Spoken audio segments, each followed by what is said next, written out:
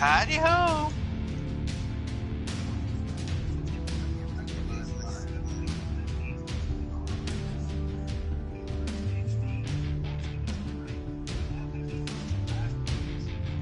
We're already live. It's been how long now?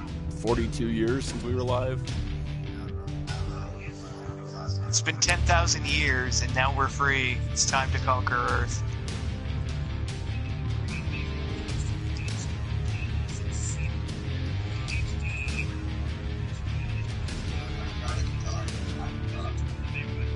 I can talk. We can all talk. Everybody talk. All right.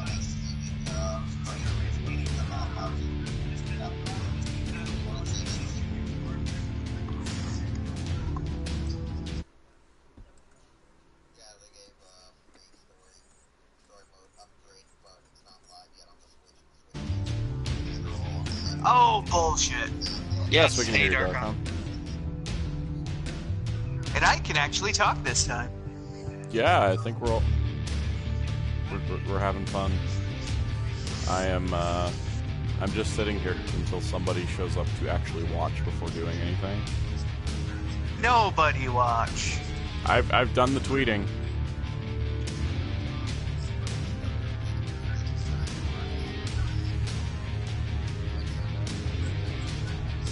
No one's retweeted me yet. Someone should.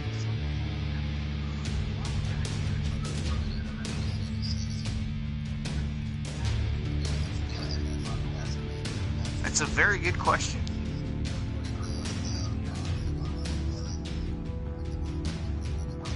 Or Discord, my god, no.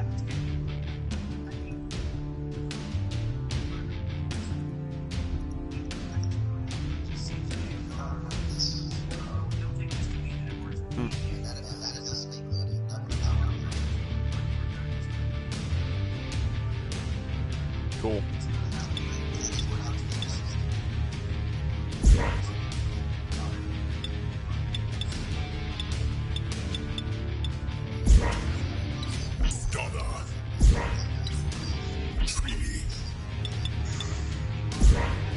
Understand. Is Will asking me about the Sonic movie and how I'm not talking about it? He's on Skype, because he hasn't joined the party, because he's a weeb. Should join the party and make our lives simpler so that everyone can hear each other.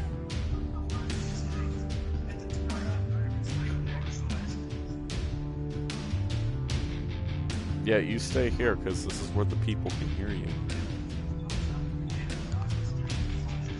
This is where the women are. I decided to start searching for an opponent, because I figured this was going to take a while. So...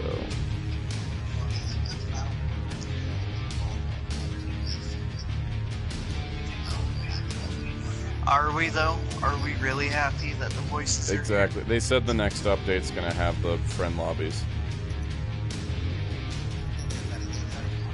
Yes, yes, it actually was. Yeah, apparently it's a lot harder to develop friend lobbies because of the friends lists are different for each platform. So they have to develop something that fits with the game, so that it can also access the friends list for each platform. That does make some sense.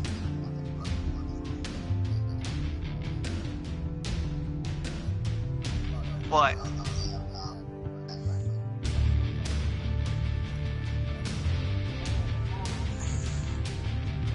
Actually, they already said it's because it's Golden Week and they can't get approval from Nintendo till after.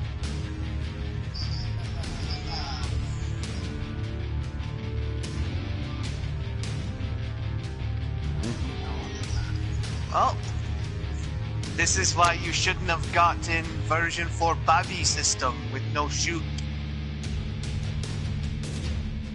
Man, there is nothing connecting right now.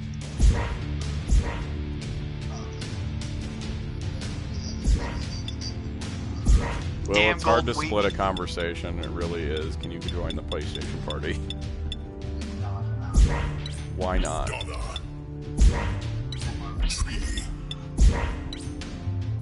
Cenozoic Blue Ranger.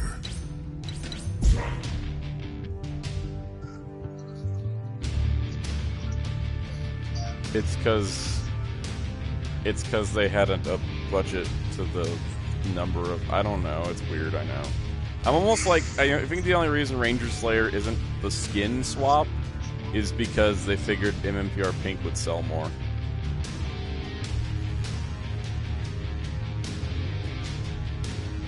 It's not uncommon, Kind of is, yeah. And hey, at least story mode already spoiled who the next 3 DLC characters are probably going to be, though we're not going to say it because, you Trying know. to keep spoiler-free on story for people, because... Yeah, yeah. Hey, I'm in a ranked match. Woo. Like, here's a hint. They're the 3 characters that show up in the game that aren't in the game already. The ones that have character models. The ones that have character art that haven't shown up yet. Are you up to the task?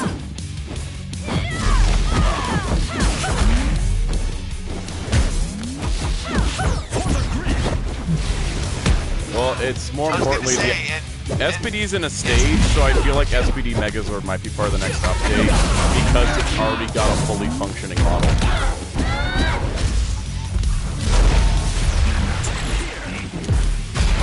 That is an extreme possibility.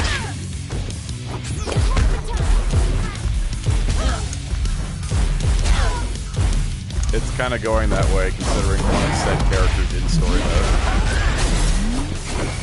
Yeah. Though, I will say this much: I would like to see, the player 2 colors though. It made his figures. That'd be cool, like exclusive. Which is funny, because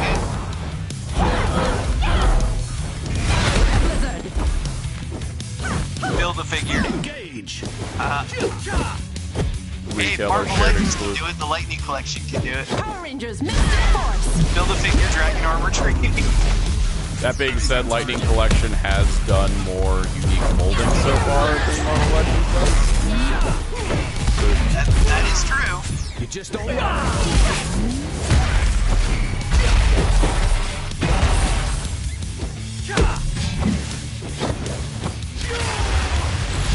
Yeah, it's not like we're talking about the DC Universe here who just reuses the same body molds over and over again. The same two body molds. There's a male and a female. Not to mention accessories and weapons over and over.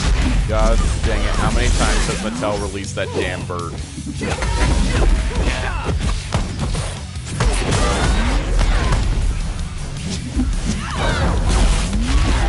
Exactly, that is more frustrating than anything in existence.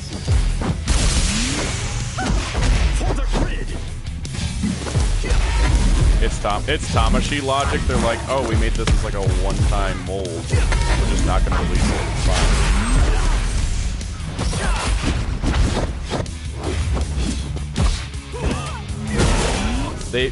They've canceled 32 figures in the last 3 years. Pretty much. The easy repaints of the stuff that comes out, the unique molds and stuff that doesn't. Yeah. Basically. We will do this together.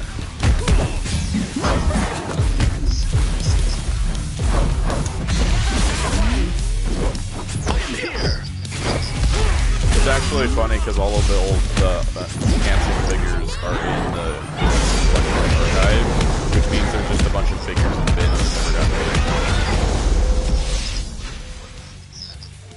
Those poor figures. Rejected, neglected, never be released.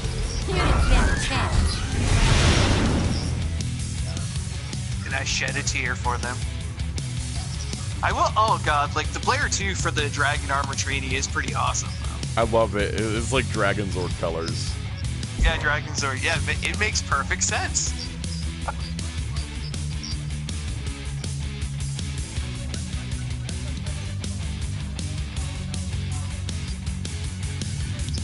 Yeah, Cenozoic Blue. Yeah. Especially since he has portal powers.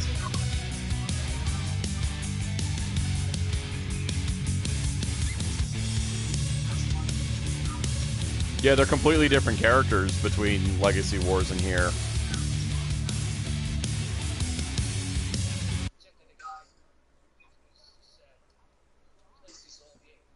The thing that I was gathering, there's two people watching, and I imagine it's friends of ours.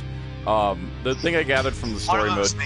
With the power Yeah. of Okay. So, anyways, what I gathered from the story mode story mode part of Cenozoic's backstory is that he was sent as an advanced agent to protect the Earth away from the other Rangers, because it sounds like the Rangers were galactic protectors instead of just like Earth-based ones. They're all aliens anyways. So it's possible she hunted them down one by one. I'm just trying to think about the movie, and do we, like, during the scene at the beginning, you know, other than yellow, red, and green, do we see the other ones? We don't. They are never there. Yeah, that's what I'm saying.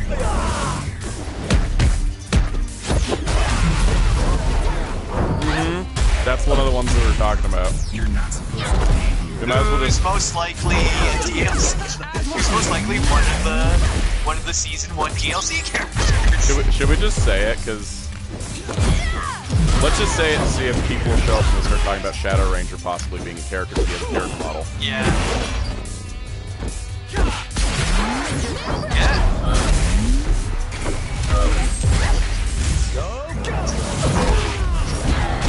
Yeah, the voices bring life to this game. Now here's another question. Would Drakon Evolution 3 be his own character or just another skin for Drakon?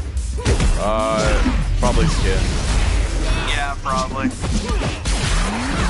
Because I'm just trying to think, like, is he, like, significantly different from you know, his first or his second form? But I think for this game, they'll probably, like, because they've already done the Kim switch.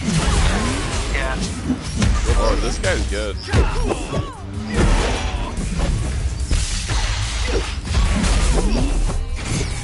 Let's just talk about it. Let's just talk about the story mode right now, because... You know, screw it. Screw it.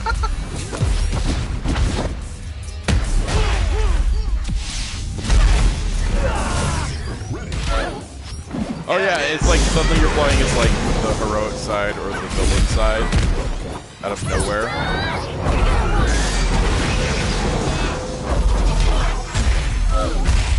Oh, like when there's a fight that like stops in the middle of a health bar and you're like, did I lose?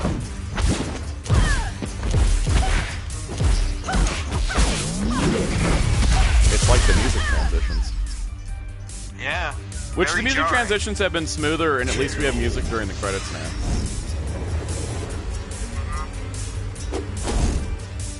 You picked the wrong side. Oh, like when the command center started malfunctioning?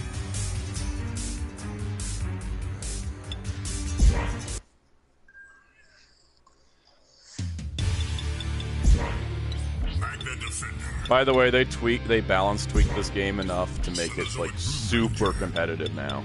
Yeah, I've noticed some of the little differences that when I was playing it earlier. Yeah, they fixed that in the previous patch. Like, the last patch, like I think what was it, 2 weeks ago, fixed that. They're like, we're specifically doing this to fix this one glitch. But they did a lot of balance tweaks, like should work online.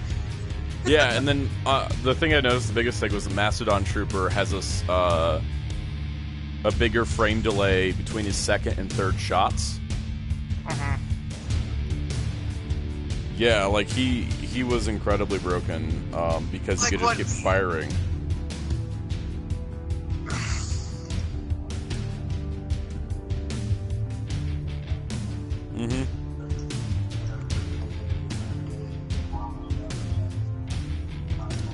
Oh hey, SNS Darkness, welcome to the stream. Have you tried story mode yet? It's getting better. Yes, I'm halfway through, and I'm still debating on whether or not I'm just going to stream the second half. We'll see. These matches are going really slow to connect, so might just jump over to that in a bit. It's funny, yeah, because I'm just playing some versus mode right now, so. Oh, for Well, the Mastodon. it's what his It's a reverse throw. Was it backward throw? Yeah, or whatever. Yeah, reverse Yeah. throw. Definitely. Oh god, this game is so good right now. It's just like Okay. I really loved it before, but now I'm just like, Yeah, it's tightened up now a little bit more. Yeah. There's 7 distinctive tracks for each stage, and that's what's sad because they all sound the same. It's all generic rock beats. You've got this. Like I'm not expecting music from the show or anything, but something.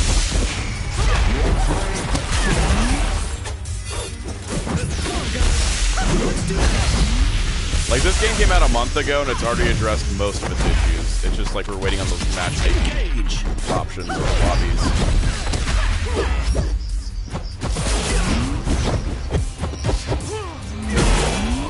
It really was.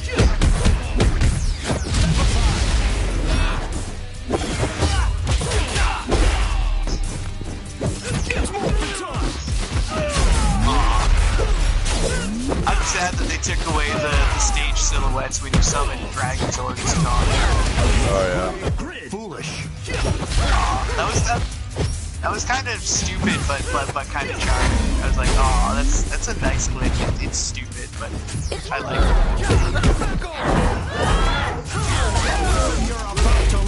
I do like that they gave Jason a second blade blaster shot.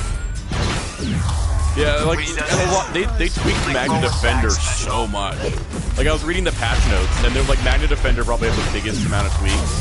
But, like, it took away a lot of his jankiness, made him really good, but then also, like, reduced his damage so he's not so broken.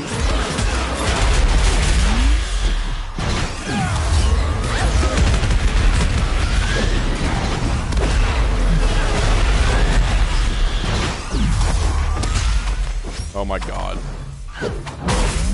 Either that, or they could do Dragon Armor Trini as like one of those fan channel exclusives, like General Grievous or Archangel, and it's just like, oh look, she's like 40. Have at it. But,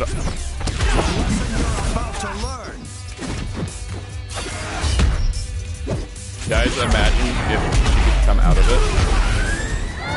That'd be nice. Hey, at least he was searching for it, except this is Mike Magna Defender, who was never involved with the Yes, life Mike. That's why I was like, I thought it was, I was like really weird. I was like, why does he not have the smoker's lung? But then,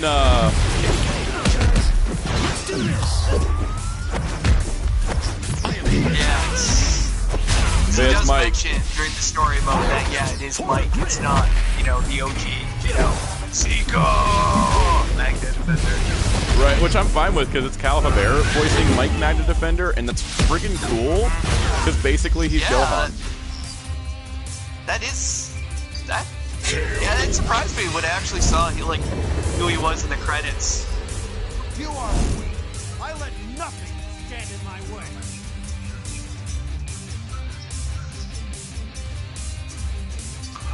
Judlin. It's funny because Melissa Flores, who's in charge of brand management for Power Rangers, she's the voice of Cat Ranger. Yeah, she actually talked about it on Twitter. She's like, yes, that's me as Cat. SNS Darkness said, love that movie Blue Ranger. I love that movie Blue Ranger. He's pretty amazing. I'm actually honestly pretty impressed with that character, considering he's like built from the scratch. Yeah, like, I think if it had been Movie Billy from the 2017 movie and was similar to his Legacy Wars, I don't think it would have been as fun. Especially since, like...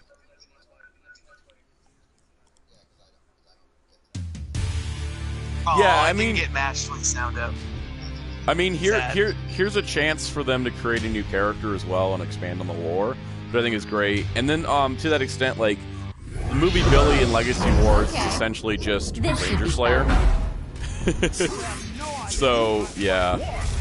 I hope they have a skin for Original Billy. Yeah, that would be cool. Actually, that could work. Powers don't line up, but, like, I think Ranger Slayer and Kimberly swap is probably the best skin swap we're probably going to get ever. But it would be cool to see, like, the other Rangers come in as Since it is just Billy and Jack missing. We got Trini as the dragon armor. I totally think we could see like more skins to get us the Mighty Morphin.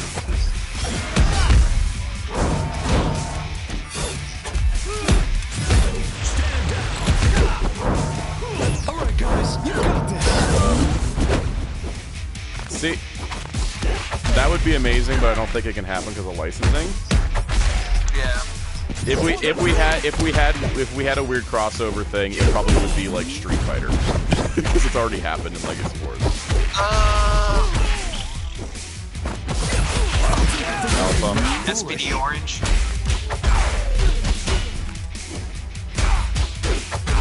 That would be great. It's funny because I was thinking about it. Like I was watching story mode, or like going through story mode, and Draken refers to Kat as an Orange Ranger, and I never thought of her as an Orange Ranger because her color's mostly white. But it was just like, oh, an Orange Ranger. I don't have one of those. I'm like, yeah, she's the only one. So, you know, those that say Power Rangers needs an Orange Ranger, canonically now it's Kat. Kat's an Orange Ranger. I want that to happen, but it won't happen because trains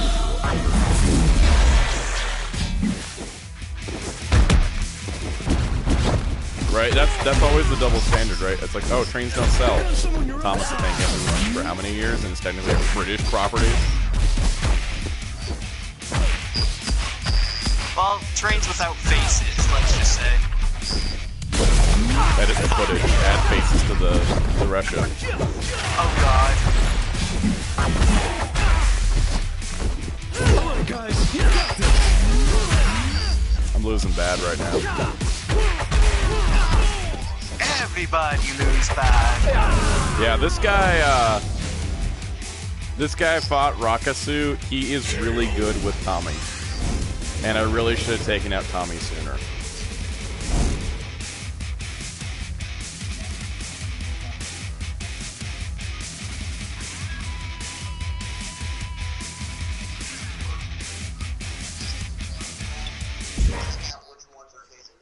That'd be interesting. Okay, let's see. How am I gonna do this now? Nope, apparently not. He's off in the Skype call talking to other people. We are here alone in this world.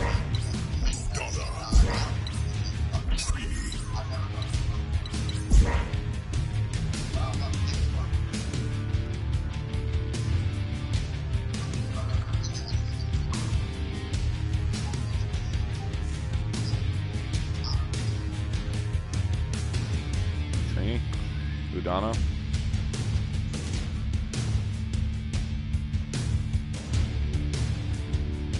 Yeah, I finished the 3 new ones today, just to get a feel for them.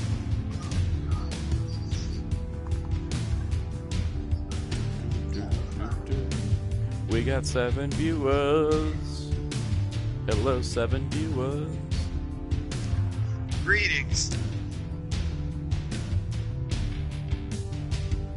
Oh, nice. I do wish we had arcade endings. I do wish we would have arcade endings. That'd be cool. Like a nice little illustrated piece. Well, hey, you know, maybe they could go back in time and, you know, stop slavery from happening.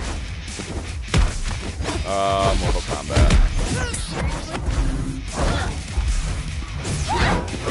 My buttons are screwed up.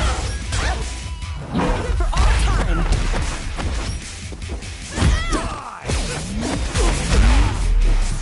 Yeah, I think she's DLC, Yes.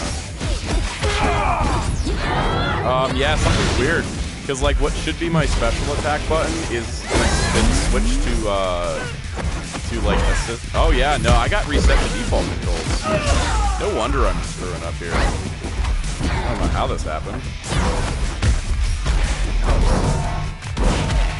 Oh! That Yes. was some expert moves there.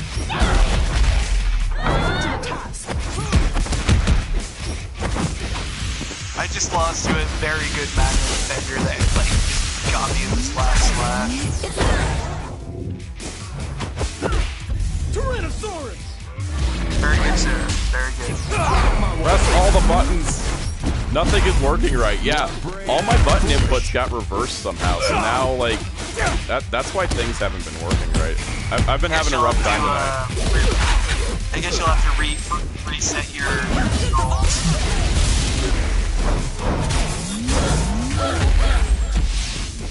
It is actually 5 frames faster, but in turn, characters disappear from the screen slower. So characters are on screen longer, but in turn they swap in faster.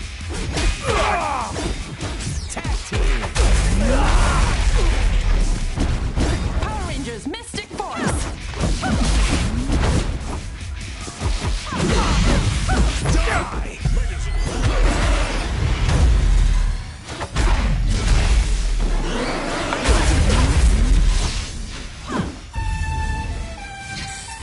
Oh god, I've never seen the Green Ranger V2 do the Dragon Sword summon. It looks really weird with the Sword of Darkness.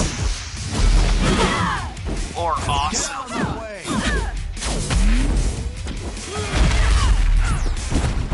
I don't believe so.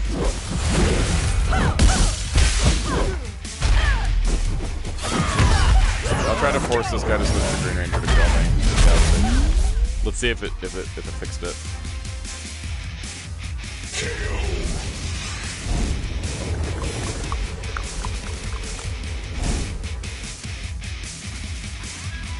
What do you mean? No, there's definitely not alternate phrases. Okay, so the Sword of Darkness issue has been solved. Okay, who has got... Oh, I got new titles. Yay, Udana titles. Settings. What happened to my buttons, man?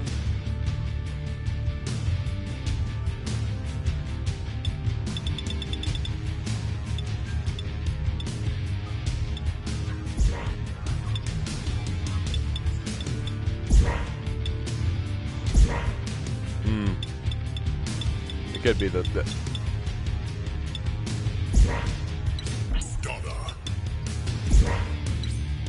Yeah, that's a very likely possibility. So I'm gonna go into an offline versus mode because for whatever reason it didn't feel like my buttons were right, but I went and checked the settings and it says they're fine. So I'm wondering why I'm pressing special attack and it's Just causing an assist to happen. Maybe. Maybe. I know for sure I was pressing L1 and I was getting an assist when I have L1 set to the EX special. So that's something for sure I was having. 3, 2, 1, fight! That would be nice. Yeah, it's working offline. Buttons performing correctly. We will do this together!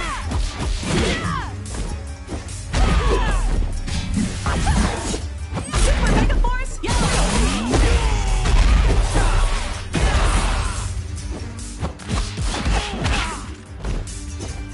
Oh, that'd be cool. I don't think it's gonna happen with this game.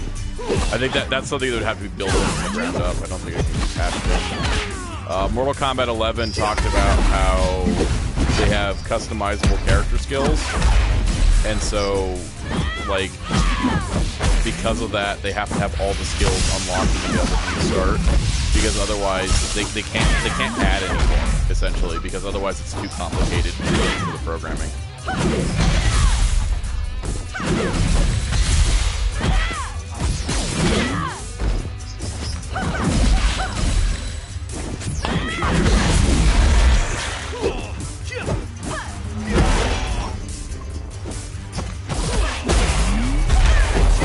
We have AI difficulty settings. It seems like a weird thing to not have. It would. It would make sense, wouldn't it? It would, because some of these fights, I'm like, is it just randomized AI difficulty? Because sometimes I have, like, one fight, it's super easy, and the next fight's really hard.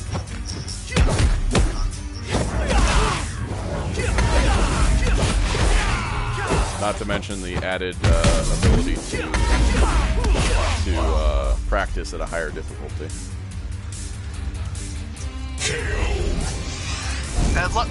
A slightly more robust training mode would be nice too. It would be, yeah, because basically it's a pretty... Just one that can help you with, like, you know, button inputs and damage and some other, you know, information. Yeah, because, like, that, right you know, now a lot it's just... of the hardcore fighters, you know, do. Definitely, because, like, it's just, like, right now it's so much, it's just so... It's so bare bones, like... I mean, it's not necessarily like a horrible thing or anything, but it's just, you know, you get free practice, essentially, but nothing of, you know, button inputs, frame data, anything like that. I would love a frame data guide. Yeah, it'd be nice. I'd be really happy with that. Just need to go up on the website one day. There's like, oh, post frame data. What's that? Oh, God. Oh, God. I'm so glad that there's not a line of dialogue for every single attack for each character. And instead it's like certain moves, so you won't get the same line over and over and over again. Ooh, my nemesis, Rakasu. You have no idea what I'm fighting for. Fight. There's like 2 or 3 phrases, yeah. Also, has anyone noticed that the dialogue at the intro screens is incredibly quiet and hard to hear? Yeah. It's really strange, because, like, and I tweaked around with the settings, like, you know, turn down background music and all that, and I can still barely hear it, but then it's like, then they're super loud in the action. Good lord, this guy is good.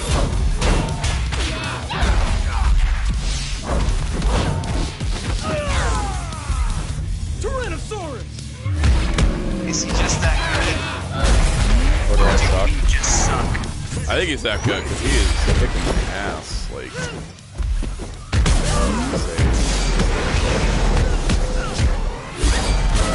Instead of any of the other Psycho Rangers, his Rangers.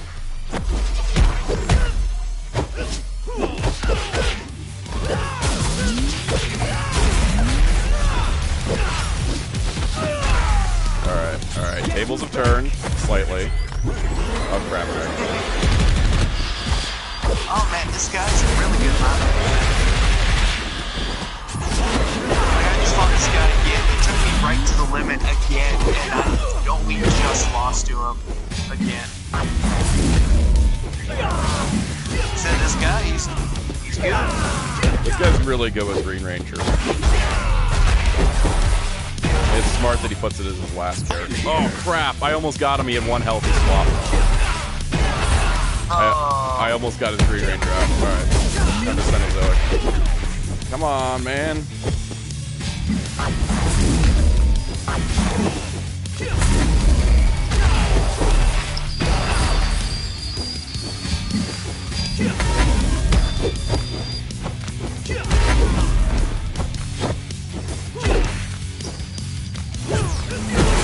Oh, the swap color thing? Oh, that'd be amazing. Swap color campaign that's just written by Ryan Perot. Yes! I got his Tommy out. Okay, now I just gotta take out his Cenozoic. Which can be hard, because freaking Cenozoic is a beast. Alright, come on. I'm using Cenozoic as well. Oh. Oh, damn, he took out my Cenozoic. But I still got my Jason. Jason's got plenty of health. Finish it. Oh, 1 more health. Oh, crap. Oh, he's got like 1 health. Oh, God. Oh, God. Oh, no. Oh, no. Oh. Oh. Oh. Oh. Got him. EX special.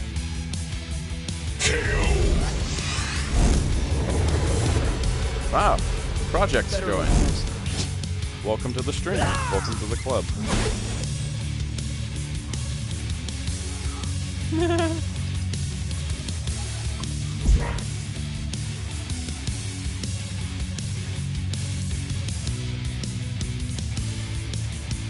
It actually does. There was one on the Wii for Gokaiger.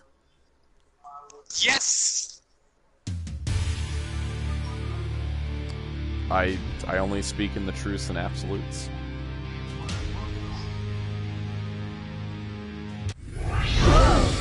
Okay. 2, 1, fight!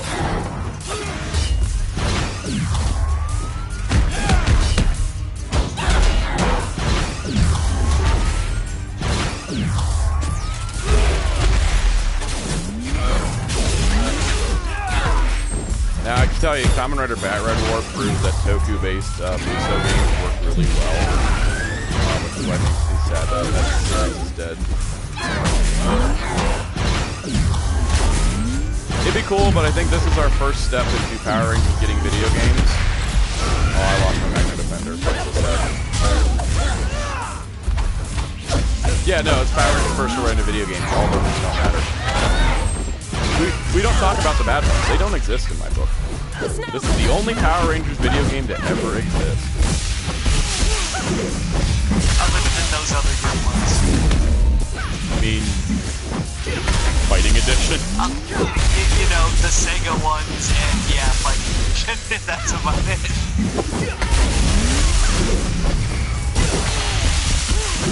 Alright, someone's learned how to zone with Udana, and it's pissing me off. They're about to get a face full of sword. ED shot.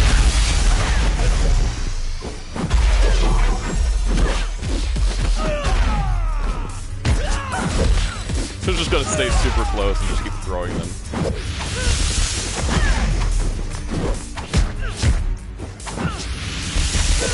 Works for me. Oh no. Aha!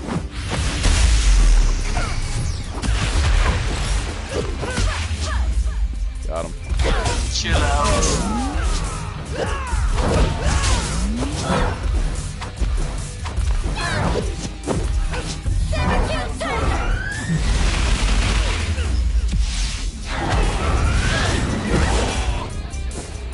You had 25 stages.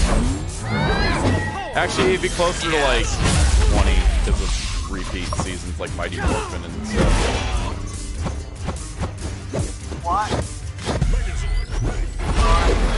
I got very confused as to what Cenozoic the Ranger was playing at.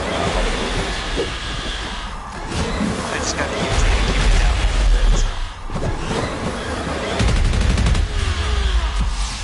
I think if you're gonna give them to everybody, then you're gonna have to. I mean, I don't know. I think we just, as long as we get a stage for each character, it's good. Well, I mean, we definitely need a Blake Foster stage, because, you know, he's the best Ranger ever, and most ripped, and most successful. I want him to have nothing to do with this game. He won't. Yeah, no one's gonna invite him to anything anymore. I just beat up a Blake Foster. Oh, I like that option. The viewership like increased. The viewership increased ever since we started shit talking Blake Foster.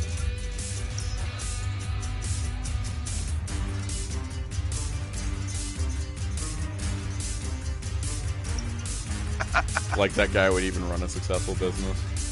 He has no business sense. Hey man, he makes 15 grand every Saturday, not from cons. Yeah, I don't even. For it. But then he doesn't explain what it is that he does that he gets 15K, and I feel like this is just a one-time, probably drugs. I think it's just a one-time thing, and he just filmed a video to show people because he's insecure about himself. SNS Darkness says it would be cool to see Ninjor. I would like Ninjor. Yes, it would be, because he is in Legacy Wars, so yeah. He's stupid broken in Legacy Wars, too. Oh, I know he is. I'm just saying, he is in there, so Enway does have his model somewhere. They've already programmed moves for him in another version, so they can transfer that concept and ideals over.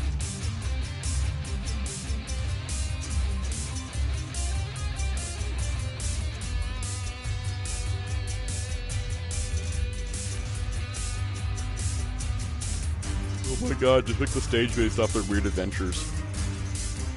Yeah. Or, you know, the final siege of the command center. That one would be cool. With all the Piranhatrons and everything, just, you know, attacking and destroying the command center. Pizzas.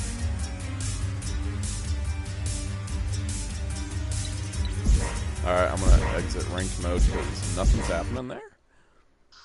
I'm gonna go to casual mode.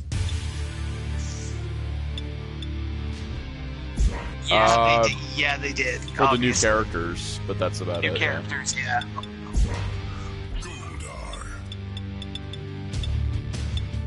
Let's do Goldar, Gia, and SNS Darkness says original White Ranger. Me, personally, no. I think we got 2 Tommies. We're good. White Ranger. We have good Tommy, we have evil Tommy, so yeah, White Ranger's kind of superfluous. Yeah, and then on top of that, like, Draken is kind of like the evil White Ranger already to begin with.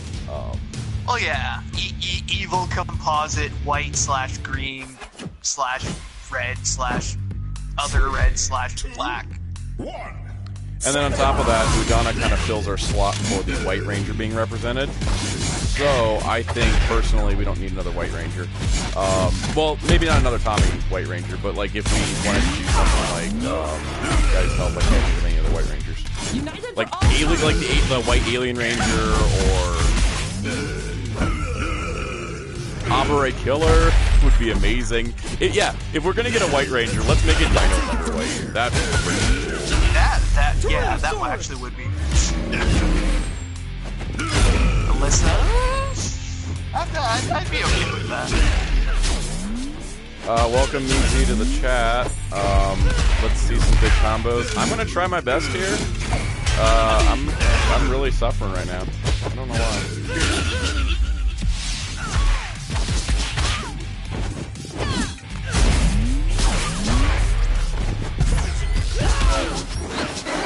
Oh god, the Dino.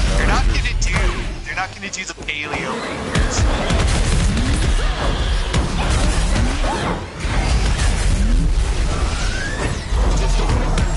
And then, then a 5-part miniseries of RPM with Paleo Rangers. SNS Darkness says Lord Zed. Well, that does seem like an obvious inclusion.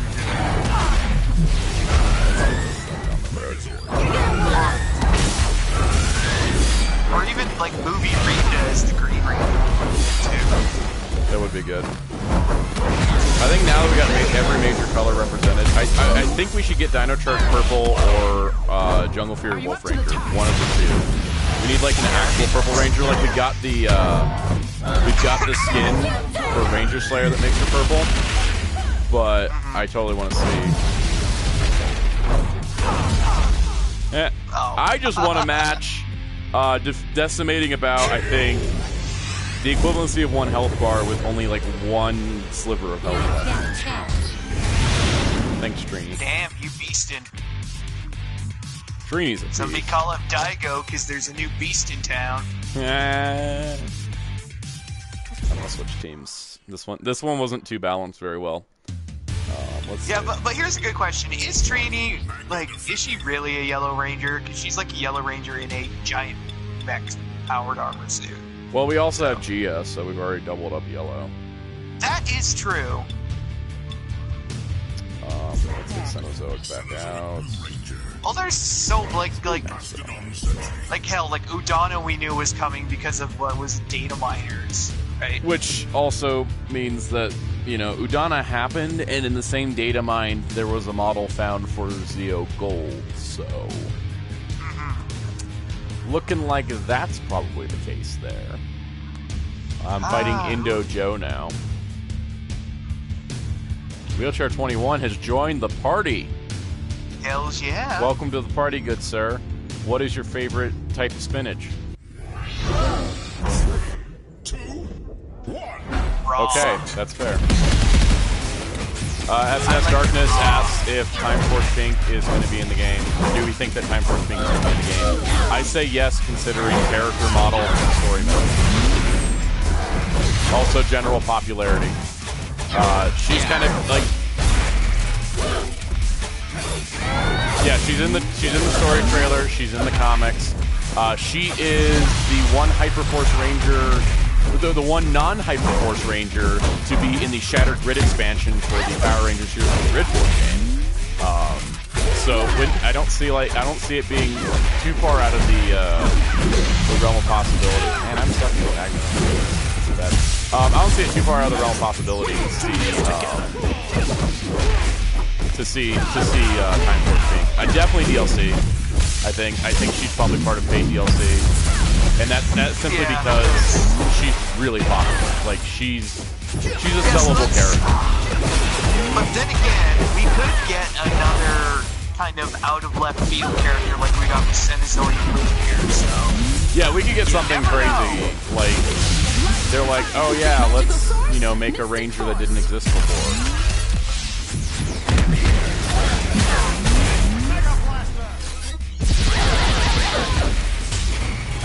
I don't want to spoil it to you, but I got a spoiler online. That's all I'm gonna say. SNS Darkness says their finishing move could be a time strike from the show. Absolutely, without a doubt. Of course. I believe it. Yeah, that would be that hard. Yeah. All right, Magna, let's get some more here. Then again, most of the finishers for like already established characters would just be their special or finishers from the show. So.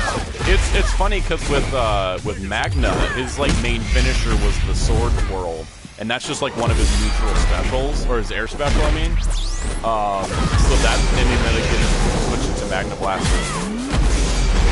I'm getting wrecked by this Megazord. They readjusted the Megazord, so they don't do as much damage anymore. So I'm very, I noticed. very happy they do less damage.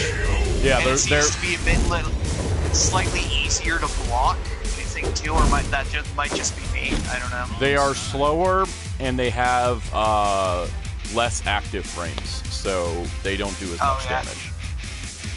On top of their damage being tweaked in general, so that's pretty great.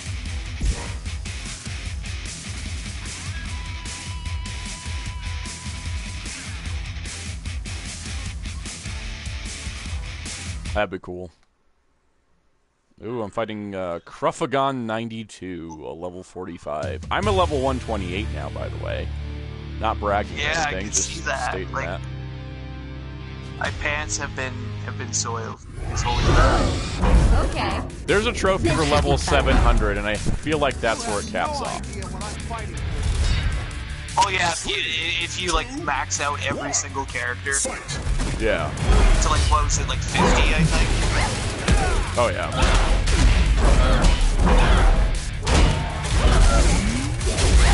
Aside from just Goldar.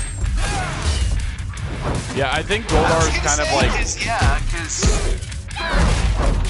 Because we could definitely use more villains, because other than what, Goldar, Draken, and Ranger Slayer, I guess, there's no other villains. Like, oh yeah, Mastodon Sentry. But also, most of those villains are Rangers, are evil Rangers, not monsters. Not monsters, like, except for Goldar. Yeah, Goldar's kind of the exception, and I can see Lord Zed.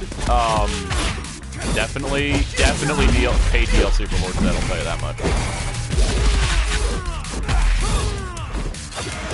Oh god, the car. I want a deluxe set of Vipra with her car you know?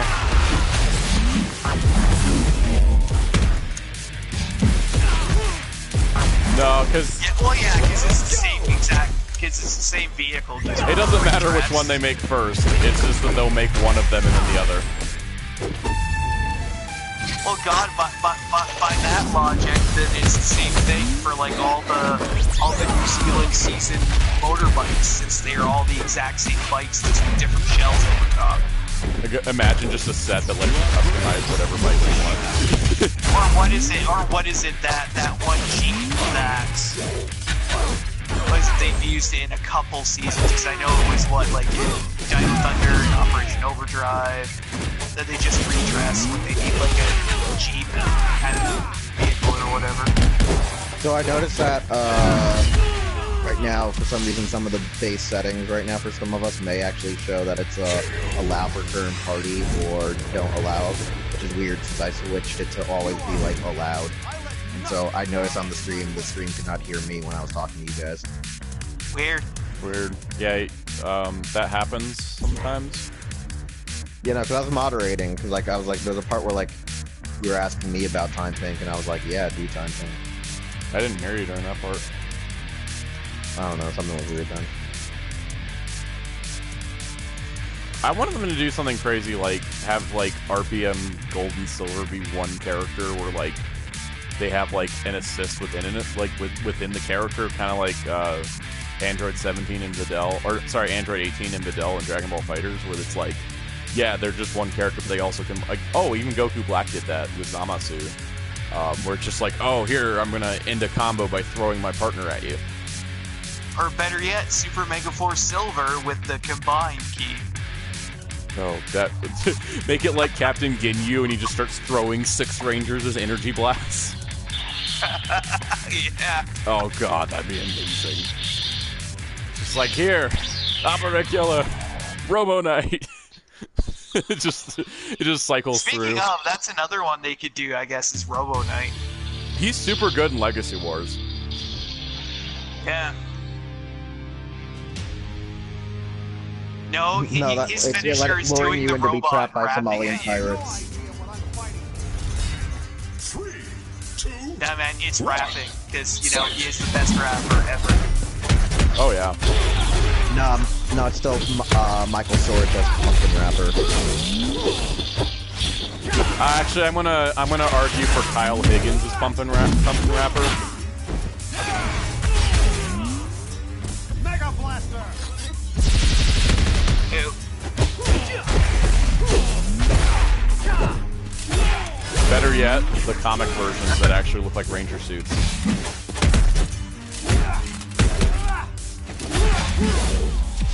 What do we got here? Or Vulcan Samurai armor, because why not? With an alternate color scheme that's a homage to Shinken Brown. And now just keep it on!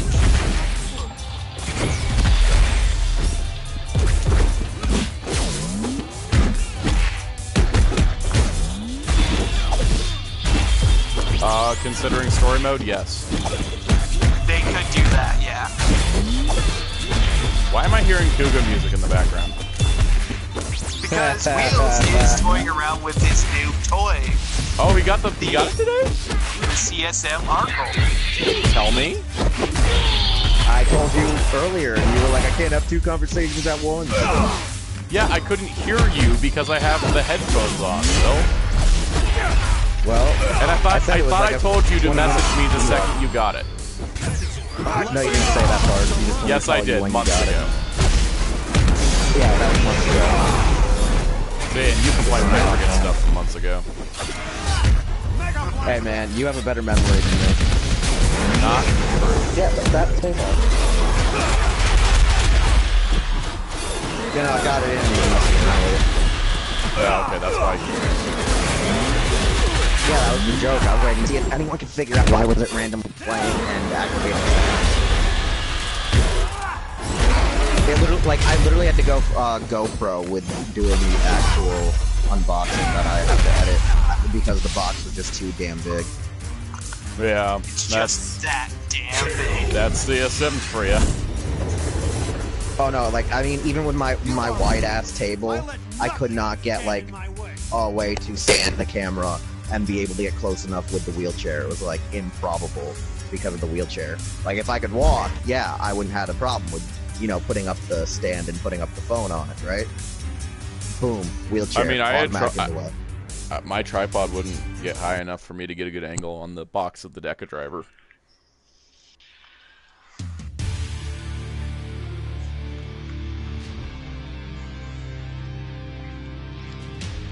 Like, when people now ask me, yo, why is your video so shaky? I'm like, because, like I said, like 8 times in the video, no idea first the half was power all I GoPro, like, one-handed. Yep. You have no idea. One Hey, man, if it could have been no hand and 1 foot, that would have been more improbable. 1. Fight! That would have been even better. Everyone would have been like, wait a second, dog. I can do this.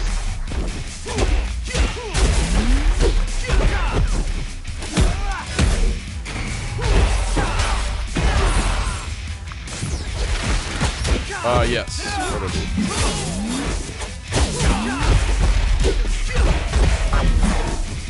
You're not going to be here.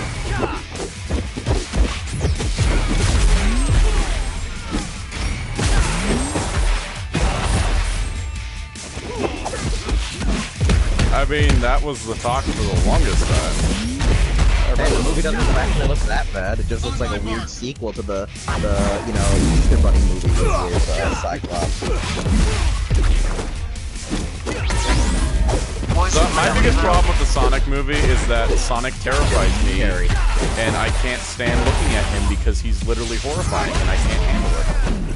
Oh, I thought it was because it was Jim Carrey. No, Jim Carrey's not... Oh, I don't like Jim Carrey anymore. I think he's like bombed up. No, here's the sad part. It seems that Jim Carrey as Robotnik is like old Jim Carrey. You know, like good Jim Carrey, Yeah, not like... like someone not actually like, got... Not like, you know, recent shitty Jim Carrey. It's like classic good Jim Carrey. Oh, you mean Jim Carrey reaching for Oscars? Yeah, this isn't Jim Carrey basically gave up his Oscar hunt and isn't doing dramatics, especially after the whole Kick-Ass situation. Like, he's not doing any dramatic roles. Yeah. Yeah, it's funny how he said he hated doing it, and I was like, wow, yeah, that was actually one of your more serious. Well, no, what it was is that he was bothered by it because he was playing this character that was a gun crazy maniac, and like several shootings in a row happened. He's like, I regret everything I did with this character because I was fun of something that's an actual problem.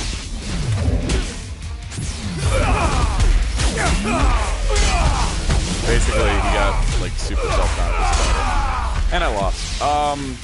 Ryan Darklaw 643. Ryan Darklaw 643, welcome to the chat. Are you gonna play story mode? Yeah, probably. Why not?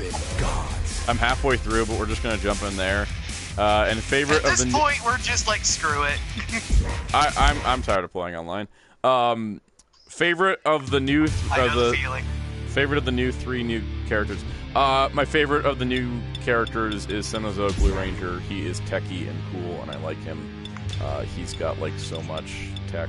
He's so techy. Oh yeah, he's definitely a bit different, especially because of his little, you know, lightning charge you can do there, and the lightning charge is charging super up fun. his specials. You know, his little Hadouken or his little, you know, lightning ground thing. His lightning stuff is great, especially that one that he like when you have it charged up max, and then you launch out like an energy wave that can like freeze your opponent briefly. That's some great stuff. Even if they're in midair, yeah, if it hits them, yeah, they're stuck. Yeah, that's some good stuff. Okay, I'm jumping into story mode now. Chapter 7, yeah. Me personally, I'm more Dragon Armor Trini, just because, you know, kind of a bit slower, but bulky and just, you know, powerful. Yeah, she also has the most health of any character in the game. Like, she has got... Yeah, like, as I said, she's a tank, pretty much. Yeah, it's amazing. I'm loving that Trini is a tank in a fighting game. That's pretty amazing. By the way, for those watching the stream, hello, Jen Scott's animation model. Hello. How are you? I'm so far really liking Mystic Mother, you know, Udana. They're all, honestly, I feel like the 3 new characters are 3 of the strongest characters in the game. Like, already. Like, they're just so well done, and I'm honestly like, did they have extra development time? Why did they cut these to get this out in time for Mortal Kombat? Like, I think it was probably they didn't cut them because they're probably because they got more development time because they were post-launch. Yeah. I feel like these were these were the 3 they were probably working on when, you know, Lionsgate Games or whatever said, all right, we're releasing it. So far, I think, yeah, Trini's probably better than, in my personal opinion. I've mastered her a little further, even though I'm like half dead.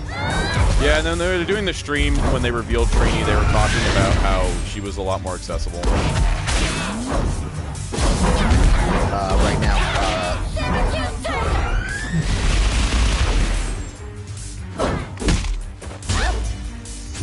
You're not supposed to be here.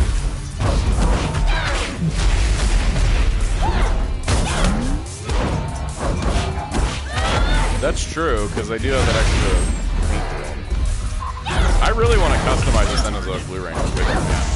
the Sentai Blue Ranger, I'm gonna say this right now, I think his finisher is really whack, and it's rated in Mortal Kombat, and it's more powerful. Yeah, like, you gotta have charges on it, otherwise it doesn't do as much damage. Yeah, because like it looks like I saw it doesn't really do jack shit. Yeah, you gotta charge it. Like if you haven't fully charged, Yeah, then build unleash up it. your little charge there. Yeah, then hit it. Because like right That's why now, I've been doing it. Yeah. Shinny with Dragon Armor and White Ranger are probably like the most solid so far.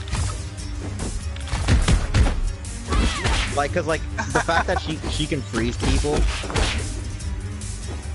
It's That is definitely pretty she can cool. freeze people, but it's not annoying like it is in Legacy Wars. The story mode is reminding me that I'm terrible with Kimberly. Ryan Darkclaw says, "Do you think they'll add Jen and Lauren in a later update, like with Gold Ranger?" We don't know Very this. likely. Very likely.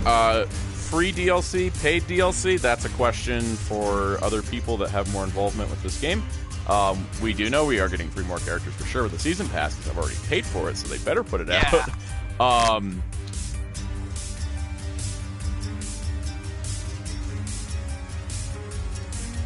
I think that they'll probably time it out better. Okay. I think they got blindsided by the Golden Week thing, which is why the Switch update didn't happen today. In terms of Gold Ranger, we knew Gold Ranger through data mining, so we haven't heard nothing officially on him. So we'll probably get an update soon-ish, like probably either this week or next couple weeks. They'll probably do another stream talking about like future plans. Now that they got this. I was gonna say because it depends what their post-release. Again, well, I guess you take post, rest of the game update. Post the other half of the game update is, yeah. Because that's pretty much. Because the thing is that like when it comes down to it, what the thing was, people were kind of mad at like the lack of content on day one, and I'm seeing a lot of happy people today. Like this update did a lot for this game. Yeah, because at first we thought we were just getting extra characters, right? Right. Yeah. It was just like they said like extra characters and more. So I figured, okay, maybe a stage or two. Not full story mode and full voice acting like this. Like we knew about the voice acting a little while ago. What was that? Well, yeah, full voice acting plus 3 more stages plus 3 more characters. pretty badass looking stuff. Yeah. Yeah, and then on top of that, like the voice acting, like they had said during a stream because they kind of played a little bit of it. They said, "Oh yeah, it's all new recordings," but they didn't say about who the recordings were. And now we've got, returning actors from live panels at MorphCon, et cetera, et cetera. And so now we've got like high caliber talent. It's not just some, thrown in voices. Like we got some legit voice actors as well as like, people that worked on the game, even doing voices, which is wonderful. And it's definitely really cool to see, especially like look through the voice cast and like everyone has a connection to this franchise. Yeah, you want to hear something mad whack right now, guys? Is the DLC from Metal Side that I got doesn't load right now for some reason. Weird. Like I can't play as Tyranno Ranger with Dragon Shield until I get signed on as him again. I was gonna say probably because I'm on right now. So. No, it's not because you're on. I think it's because when I had to like fix the game a while back, or because of the update, I maybe have to like reconnect to you and get on, restore the licenses or whatever. Ryan asks, am I the only one bothered by how Ranger Slayer and Normal Pink have the same voice? You're not alone. Nope. And the thing is, the voice is not the problem. Them having the same voice, that's fine. They're technically the same person. It's the dialogue. Like the dialogue was clearly made for Mighty Morphin Pink, but the default character is Ranger Slayer. So like that's kind of like I'm just like Ranger Slayer going like that's more phenomenal. Really does not fit. I'm hoping maybe in the next patch they can get Strawberry 17 back into the booth and be like, hey, can you record some like Ranger Slayer centric lines for us? Because I think that definitely is something I would say is an absolute complaint. So anyway, if you're listening to us, please grab her, with her own consent and will, and get her to record more dialogue.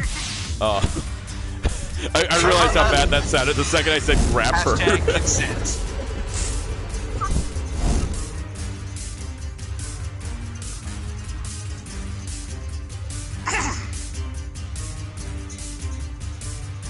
With the power of snow. Yeah, that happens. Like, I know with Goldar, in general, because they added the voice acting now after they've animated him, a lot of Goldar's lines don't match up with his lip movements. Like, he's just, like, flapping his mouth and he's saying something, like, during his wind screen, and I'm just like, this is weird, but I understand they probably animated his dialogue. I was gonna say, one thing I do like in story mode is they made Mastodon Sentries alt color the elite version of the Sentry. Yeah, that's honestly something that's really cool, because, like, now it gives more credence to, like, oh, these are, like, the Mastodon, you know, the commanders. It's kind of like how Stormtroopers use differently when they're in different ranks. Exactly. Yeah. Which is a nice little touch. And I know it hasn't been confirmed yet, but I know Kyle Higgins, the writer, did a voice, but I'm thinking it might be the Mastodon. But I'm not really sure, because I haven't seen anybody talk about it. Ryan Darkclaw says he wants Hyperforce Black to be in the game. I agree. That's Christina Beach, right? Yes. That's her character. She's the only female Black Ranger between Sentai and Rangers, so yes. Please.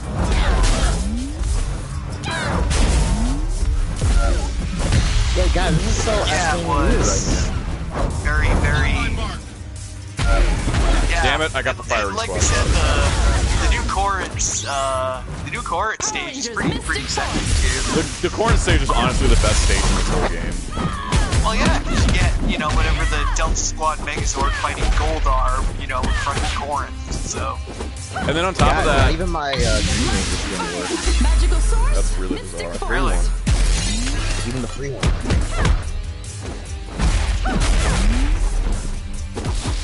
No, Darko. It's the Pink Ranger's bug and the actual free. Did you reboot the game yet? Yeah. Okay, try rebooting your system maybe, because that happened to me before with DLC. I had to reboot Here, the actually, system. I'm just gonna get off. You can go reactivate or whatever as you need. So. Hey Metal, can you private message me on Skype? Possible login, because I may or may not have remembered your password. You should still Just have private- it. I haven't changed it. Just private message it to me again, just in case, to be safe. Ryan Darkclaw 643, is Gia her original actress or voice actor? I cannot tell. No. It's not. It No, is not it's not. Ciara Hanna. No. It's there is like one actress who plays like 3 different characters in this game. I don't remember her name offhand, The but process will not be easy, nor will it be pleasant. she is Yes, not the original I've voice heard your actress. warnings, but Finster that's 5. probably a budgeting thing. The to be risk is worth the reward. My lord, if I Honest. Or may, paying for JD. I look also, around like and I see but a handful of the I'm gonna morphers switch we over to brought you back and for try you. something then. Ah, yes. Alright, well, like you I see, said, you should have no each Ranger issues, team but- accesses the morphing Okay. grid in a slightly different way. For our purposes, Adios. we will only require 1 morpher per team. In fact, utilizing any more will become incredibly unstable. That would have been good to know before my forces risked their lives targeting Yes. entire teams. Enough! Fewer morphers means fewer rangers to oppose us. I'm ready, Finster 5. Take me one step closer to my destiny. Yes, my lord. Yeah, Goldar is from Draken's World is the reskin, which is super cool because My that expands lord. the lore of this game a lot. Remarkable. I can feel the strength coursing through me. Glorious. Simply Yeah. glorious. How long until the next transfer? Who was playing? Oh, wait, what if Kyle A day Higgins is at playing? most. In the meantime, Hold there on. is a situation in Corinth that requires Oh my your God, I attention, think my lord. Kyle Higgins The is voicing dragon Finster. cannons are on the verge of being compromised. I think that's what he was Perhaps. talking about. It's time for more specific reinforcements. Yeah, he didn't say. Targeting I range. was trying to figure out. I was thinking it might have Return been with all the Mastodon. morphers you But it can. could have been Kyle Hebert Future who was depends on it. Mastodon. I'm not sure exactly. Of I course, my want lord. like a cast list I that will has do like the all that is character required. names. Seriously. You have my word. I think Finster 5 is voiced by Kyle Higgins. Which would explain why he didn't say like who it was. SPD, Cat Ranger. Melissa Flores, you're doing great as Cat Ranger. Just a general statement. My god, the Corinth stage reminds me so much of the Hall of Justice stage from Injustice Gods Among Us, where Giganta and Atom Smasher were fighting in the background. Like, that is what, like, the level of dynamicism here. The Corinth stage is beautiful.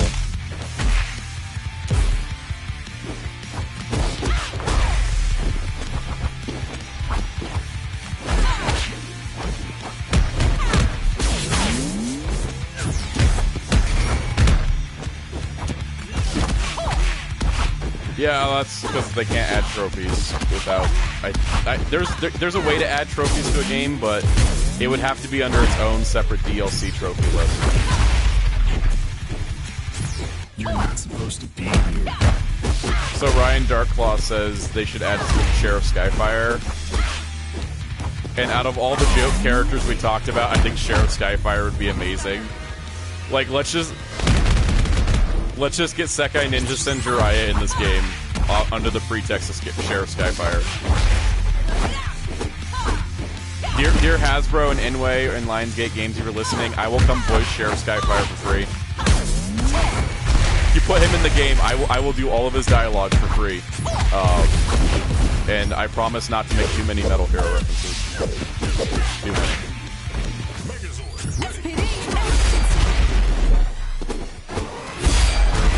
By the way, the CPU in story mode doesn't know how to block against swords. Just a heads up. That's a hot tip right there. they just let the swords take them out. It's kind of fun. On my mark. Yeah, like on the ones that do.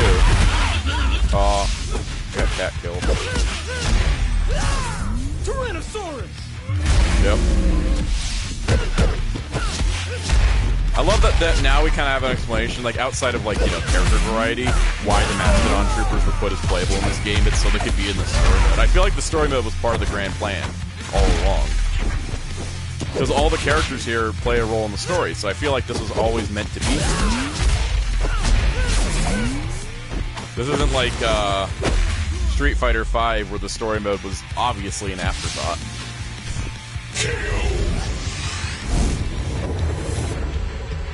Yeah, definitely.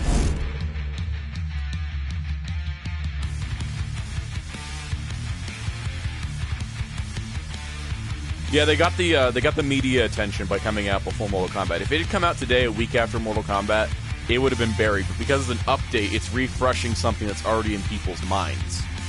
And because it's a week after Mortal Kombat,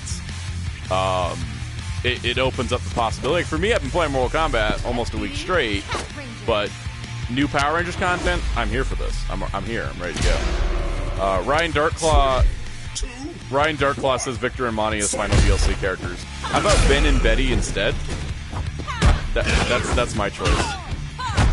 They would be amazing because they're actually helpful. Oh god.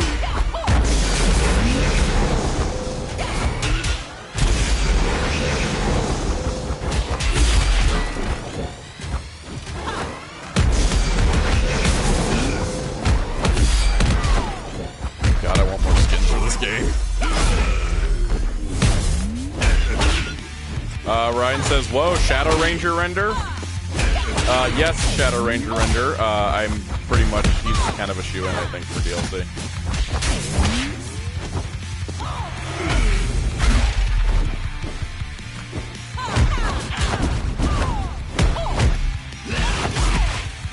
More colors would be nice. Here's the thing. You know, we need 2 colors at minimum, and hey, they're pretty good color swaps, honestly. Goldar, how can you summon yourself?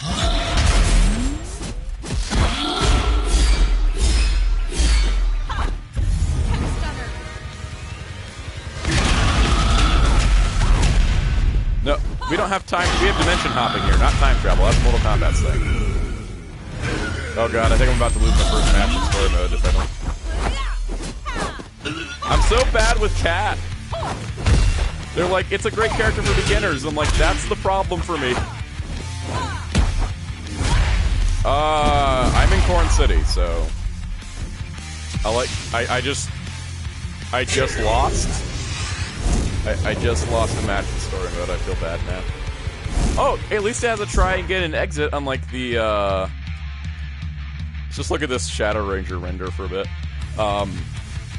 At least they have the option to try again or exit, unlike arcade mode, where it's like you lose, you are straight back into it.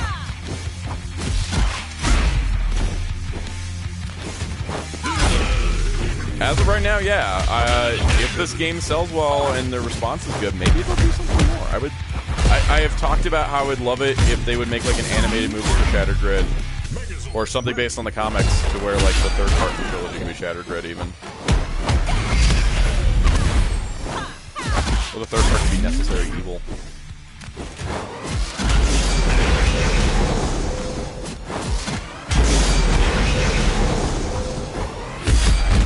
So guys, I think there might be an actual issue with the game itself. Okay. Because like I've refreshed, You've had this problem every time I'm on stream, so it's obviously my fault. No, because the last time it was working when you were streaming. No, we had the same conversation last time. No, it was the first time you were streaming I had the issue. Nope, it was the second time too. I don't know, but yeah, I can't access any of the DLC stuff. Outside of the stuff that was free in the update.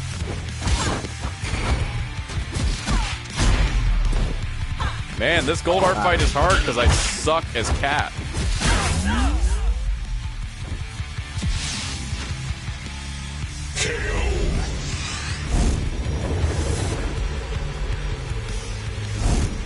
Yeah. Yeah, cause I was gonna say, like, if you go to your character selection, does it show your SPD?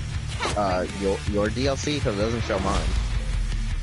It should be on character select, yeah, because it should have the option for alternate skins if you have them. Yeah, it doesn't show it for mine at all, which is weird. Check the DLC tab on the PlayStation Store thing when you press down on the home screen icon. See if it like it shows like it has that the Green Ranger, that some version is installed, but it's not working. Weird. Even after hitting restore license.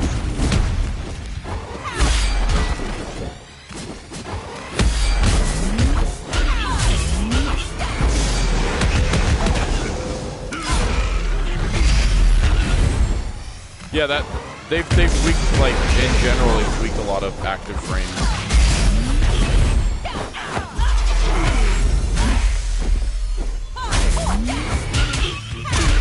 Ryan Darkclaw made the same joke you did, Darkon. But he took it one step further. He said, what about a DLC pack with VR Troopers, Beetleborgs, Masked Rider, and Mystic Knights?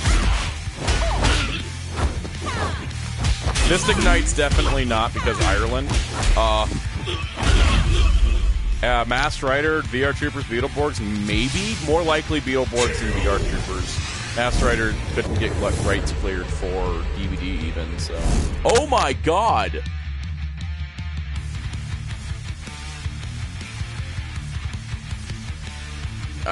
King Lexion's not a Toei character with this lawsuit. Anyways, Dr. K has dialogue in the story mode. She doesn't have a CG render, but she has the art render. It caught me off guard. I love how Dr. K is, like, becoming, like, a big character. She was huge in the comics for Shattered Grid. She's in this game. This is great, because, a lot of times we're like, oh, Rangers, but then it's like, oh, what about, important allies?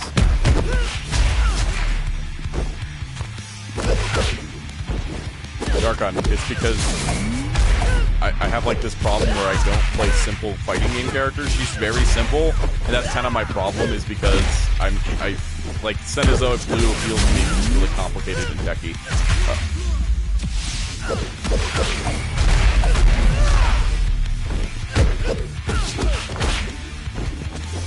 You'd be surprised how I was at math. Megazord ready.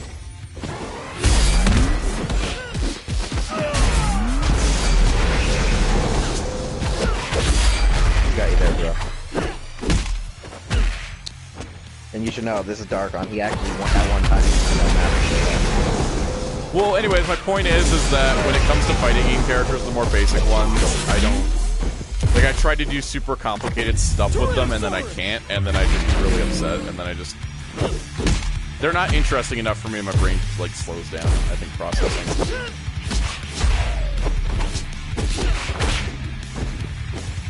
Any chance of bringing Zord mode from Legacy Wars? I guess anything is possible, but I'm going to go with a probably not. Also, Zord mode in Legacy Wars is incredibly funky and weird.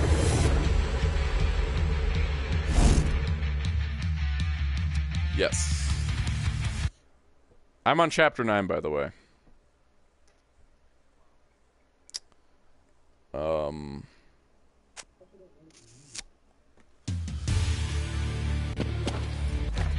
Oh, great, I have to play as Cat again. I will get better as Cat in this mode, I promise. I just gotta think simple. Fight!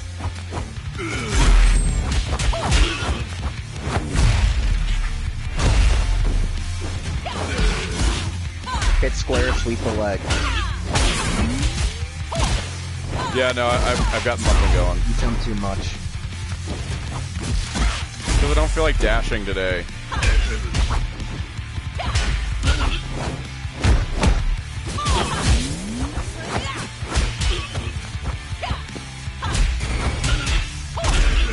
I'm not gonna switch to Jason, even though I'm much better with Jason.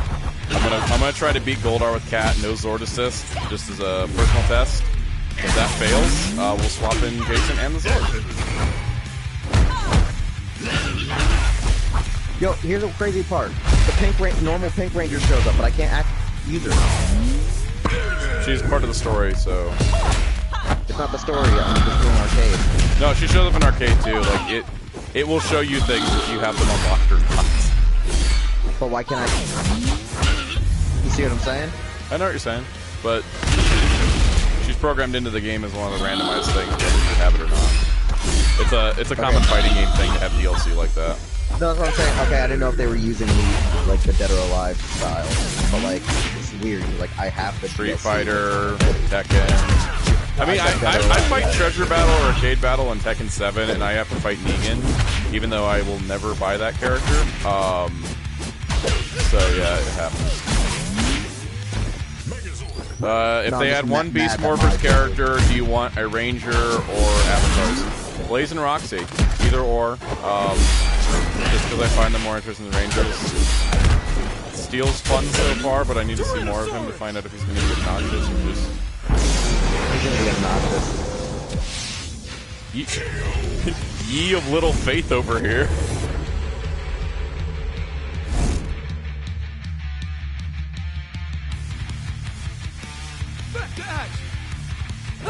Yes. Beetleborgs. Beetleborgs with their comic effects. Beetleborg comic effects are attacks. Like Crazy Jane's like silver tongue. Oh good lord, what the hell? Guys, Fear Chapter 9. Fear Chapter 9.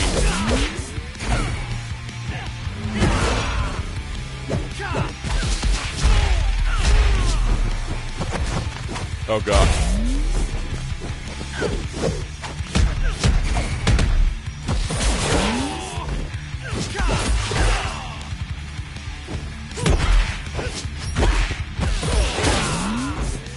Okay, there is some legit difficulty to this story mode. I'm impressed.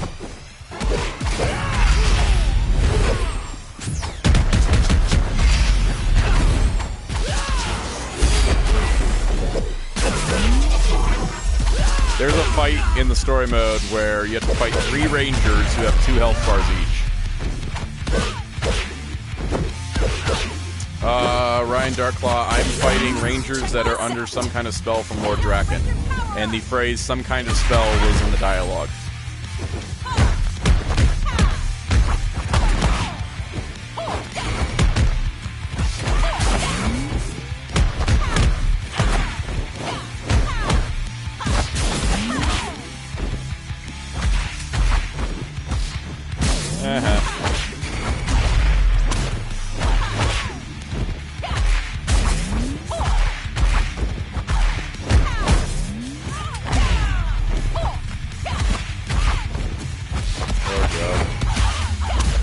I think it's funny how you think about like 90s shows would have like 5-day-a-week runs.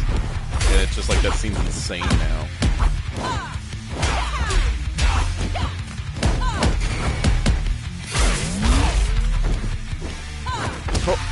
Or better yet, the 80s shows that didn't take off and had only 5 episodes, which means they didn't survive a week. Yeah.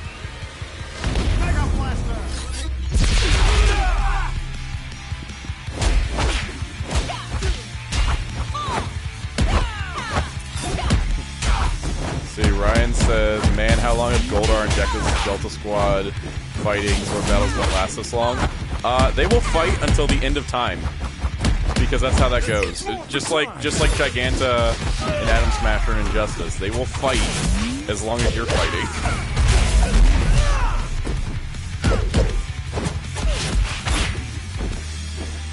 Hello, Uong the Last Airbender. Welcome to the chat.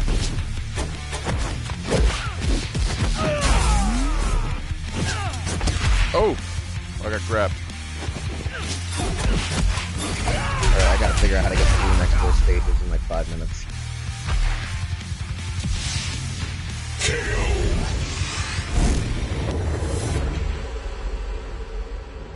How do you like the update? I love it. I loved this game before, but felt like it was lacking life. The new stages, the gameplay tweaks, the voice acting, it all just gives so much life to this game. The story mode is awesome. I'm really enjoying this. This has gone from a game I really enjoyed to a game that I am heavily enjoying. There is a difference there, and I'm heavily enjoying this.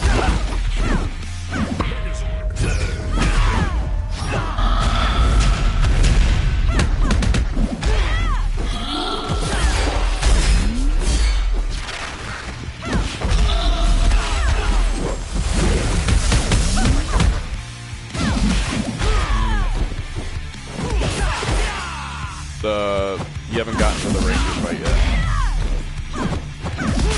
3 Rangers with 2 health bars each. Yeah, and you only got 2 Rangers with 2 health bars each. Oh, I forgot. Darkon's like the crazy Asian fighting game player that wins at everything despite never playing the game.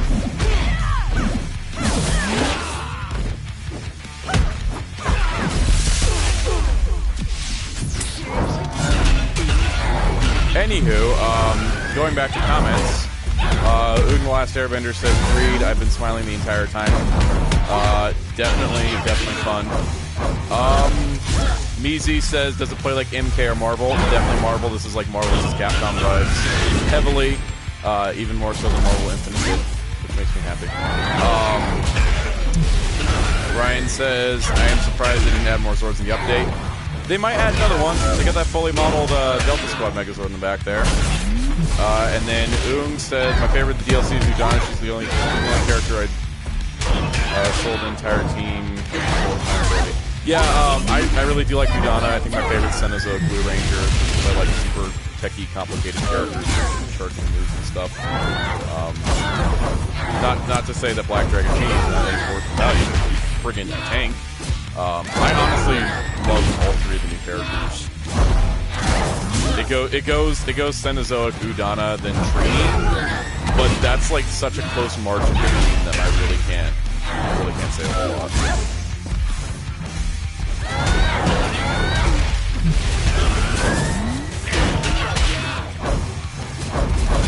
What? Cat? Yes, exactly, Dark Odd. Luckily, I did it all with Jason, though.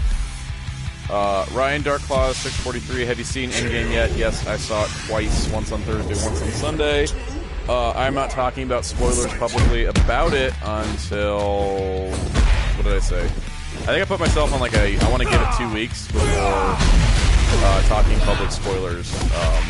Because there are people that haven't had a chance to see the movie yet for a lot of varying reasons. Because sometimes you just can't go out and see a movie. I have no idea why I'm playing as Lord Draken right now. Ung says all of them are special in their own way. Really appreciate how different a lot of the characters are in play. Yeah, that's the nice thing about this game is that we only have a roster of 12, but it's 12 completely different play styles, completely different characters, different colors. Like, there's a lot of great variety in this game. There's no, like, overlap, and I really appreciate that, because there's fighting games that have a lot of overlap, and those get stale. I think when it only had 9, it was also feeling a little stale, just because it is a 3v3 game. If it was a 2v2 and only had 9, it was whatever. But being 3v3 and only 9 was a little much, but the 12 just mixes it up.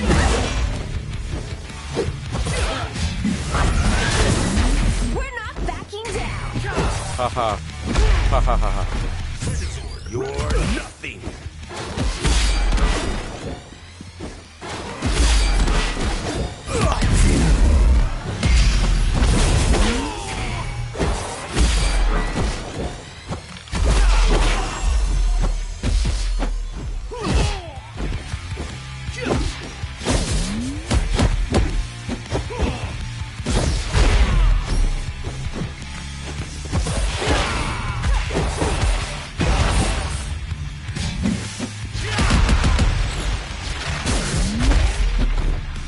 Yeah, again, you're like the crazy fighting game person, though. Like, you can play fighting games and get bored with them because you just go crazy. Ryan, did the updates add lobbies to play with friends yet? Not yet, they're working on that. Hopefully next update. Yeah, they said from what I understood, they said it's complicated and they haven't cracked the code yet. Because, yeah, there's a lot to deal with variables and friend lobbies because of the different platforms it's releasing on. They all have their own different friends lists that you want to integrate with. So you don't. And here's the thing, even when you have that, like, Pokemon Let's Go has a stupid little system where you're to trade with your friends, you have to input a Pokemon code. And I'm like, why is it not just accessing the Nintendo friend system? It's the most archaic thing I've seen in a 2018 release video game. Ridiculous. So I'd rather wait for it to be done right instead of wait for it to be done horribly wrong. And hopefully it is done on all platforms, unlike Wii U Injustice, where they never added private lobbies on the Wii U version. And it never had them from day one.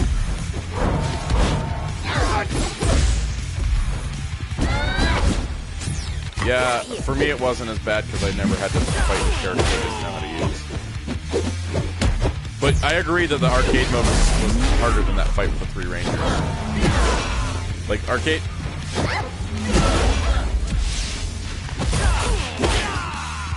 Arcade mode has scaling difficulty. It starts easy and works its way up.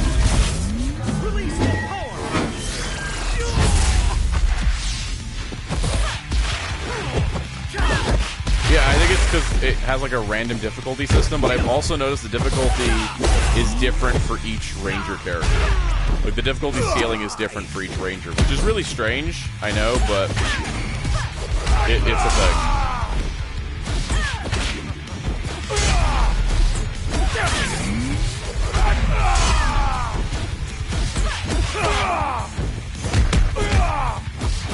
Right. If I was going to take a guess on DLC characters, yeah, Jen and Doggy have models. Zeo Gold has a model from the data mining leak. So, yeah, that might be our next 3. I don't know if we can get DLC or whatnot. Ryan says, if movie Blue Ranger made it for the game. Cenozoic Blue Ranger is based off of the movie Billy suit, but he's got different colors, and he's completely different power set, and a new backstory. It's essentially supposed to be the Blue Ranger that was on Zordon's team that we saw a bit of in the prequel, the prologue scene to the movie. But they've fleshed out his character and kind of developed him into a brand new Ranger, essentially, while using some similarities to, you know, movie Billy, which is good because, you know, the Power Rangers movie had all of half a fight scene with the Rangers, so there's really not much to pull off of to make a fighting game character.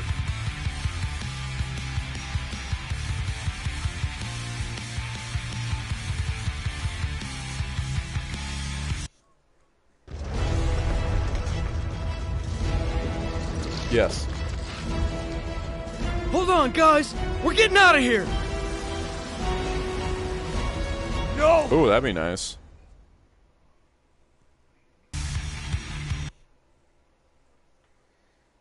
Yeah. All right, chapter 11 of 12.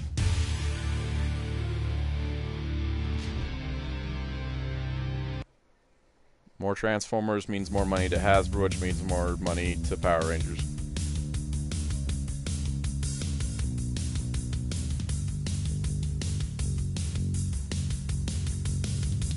That would be crazy. Oh, good. Truly more Ranger phenomenal. Slayers invaded the command center and sounding completely unthreatening. Truly more phenomenal. 3, 2, 1. I'll keep spoilers to a minimum. Ryan Darkclaw, have you played Super Legends before? I did it at one point, yes. I never owned the game, but I did play it at a friend's house. That was the one that was like the 15th anniversary, came out during Overdrive. It's not the worst game in Power Rangers history. Oh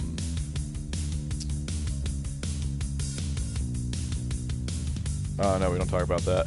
One of my favorite Power Rangers games, it's not necessarily good, but I enjoy it, is the Dino Thunder game for consoles, because you got to play as the Zords only. That was super fun.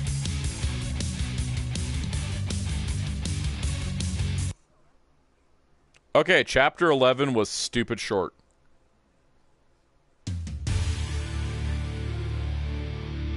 Yeah, the Power Rangers Mega Battle, aka no work was...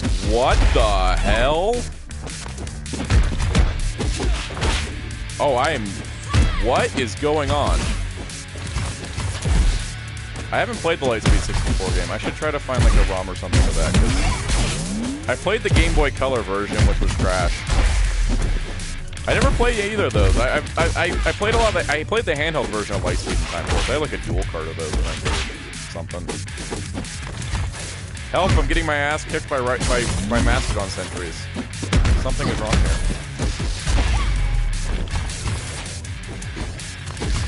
Yeah, they're super dead. Their stuff's not even available for sale anymore, I think if they had existed and Power Rangers is running, Power Rangers under Hasbro could have gotten to happen, I think. But yeah, too late.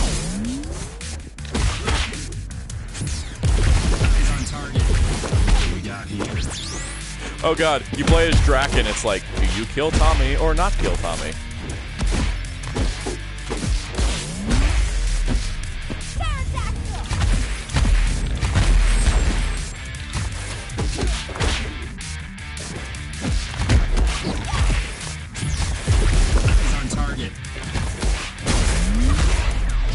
Yeah, difficulty's definitely scaled up.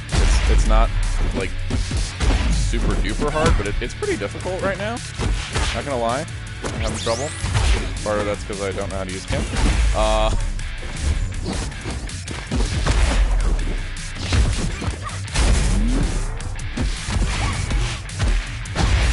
What do you think of Climax Scramble? And you think it's a downgrade Climax Fighters? Absolute downgrade. Climax Scramble. I didn't buy it because I thought it looked like garbage, and everything I saw of it, it was just such a downgrade. I'm still sad they killed Bat Ride War, because I think Bat Ride War was a really great writer. We don't talk about New Gundam Breaker. That doesn't exist. That never happened.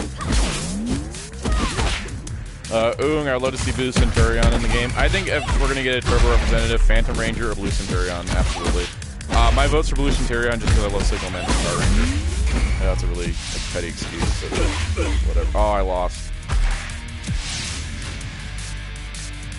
Note to self, get good with Kim. 3, 2, 1, fight!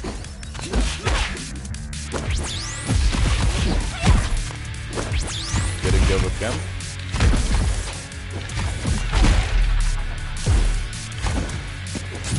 I would love it if Blue Centurion's finisher was he stops Evil Pizza with a stoplight. I don't know how that would physically work, but you know, I should not be having this much trouble against Mastodon sentries. Good lord.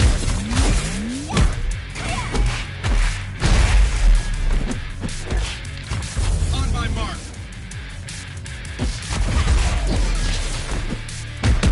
noticed the Mastodon Sentry Super active frames is longer now, so there's more of a chance people will run into it.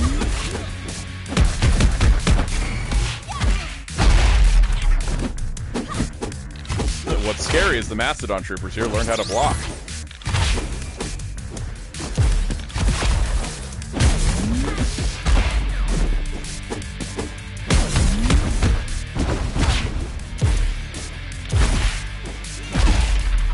Yeah. What does this have to do with anything right now? I'm losing so badly right now, I can't handle it. Anyways.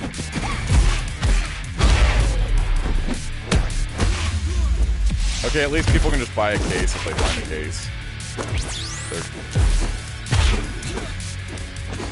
Scalp Luke. They should just offer a set online.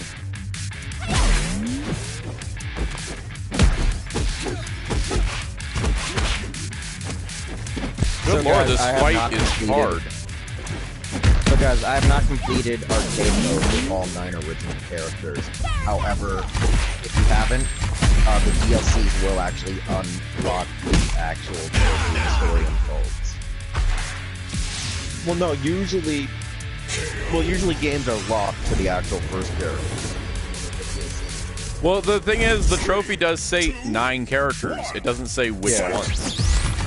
Yeah, but usually, yeah, in most games, though. I'm going the mindset of most games usually do that, so. Right.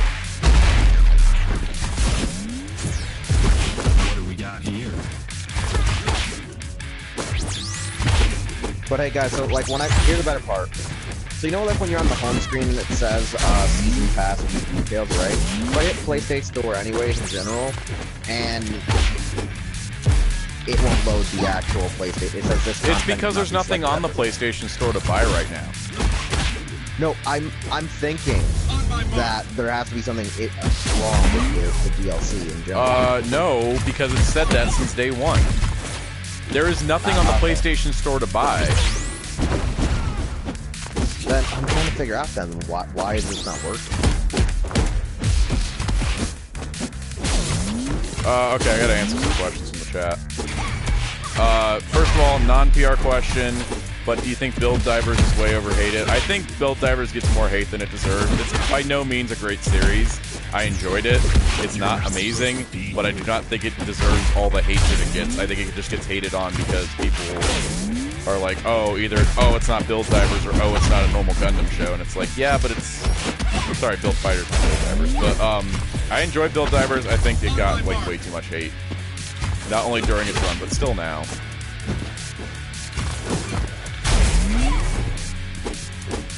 I mean, there were consequences. It just wasn't like, you know, every single episode was going to cause like some earth-shattering thing that would affect the lives of the characters forever. It was just like it was a more casual show. It was just like, it was like making a you know, a casual game or a casual show about people playing a video game. And that was like what it wanted to be, and I liked it. It was a nice break, you know.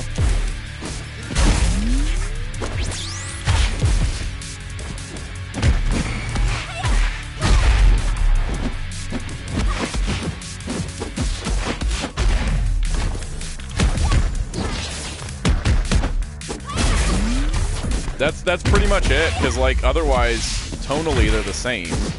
They have about the same plot progression.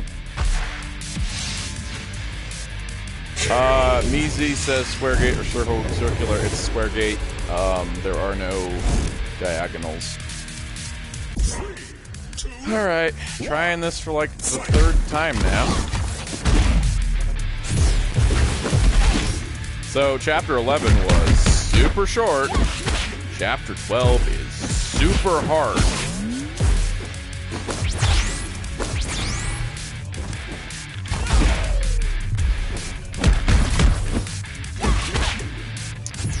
I think Build Fighters Try does deserve praise, Ryan. You can dislike Try. I understand it. It's more of it's a different type of show than Build Fighters is. But I think Try did some really amazing stuff, especially visually. I think the visual aesthetics and the overall gunplot were better. Oong says it took him 7 tries to beat this part. I may have to exit and go train with Kim for a bit before coming back.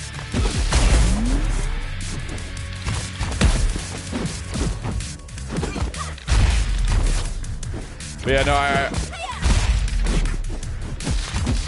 yeah, they fixed the crypt. That was yesterday, I think, or Sunday night. Yeah, no, they did fix. They adjusted all the currency levels and gave everybody a bunch of free currency. That's why I was like, yay, currency.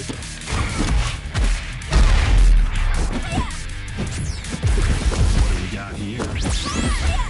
I got like a ton of stuff unlocked in the crypt using that. That was pretty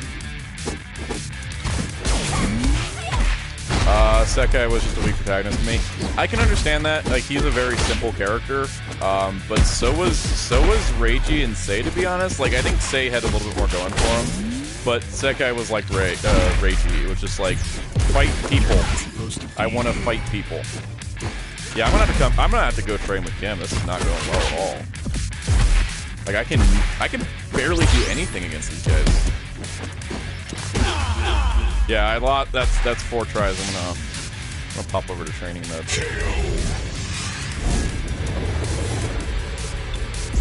I think part of the appeal for the build series for people is that the main characters are simple. It's the side characters tend to be more popular anyways because they're more complicated, but it makes the shows incredibly accessible when the main character has a direct focus and a straightforward goal. Kimberly. Mastodon Sentry. Gia. Yeah.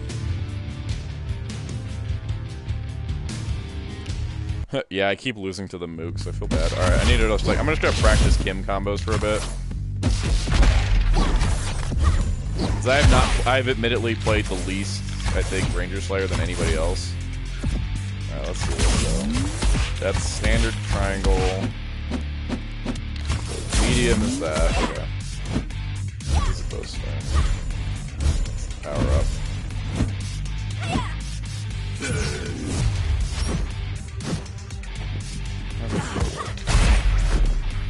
Wait, bro.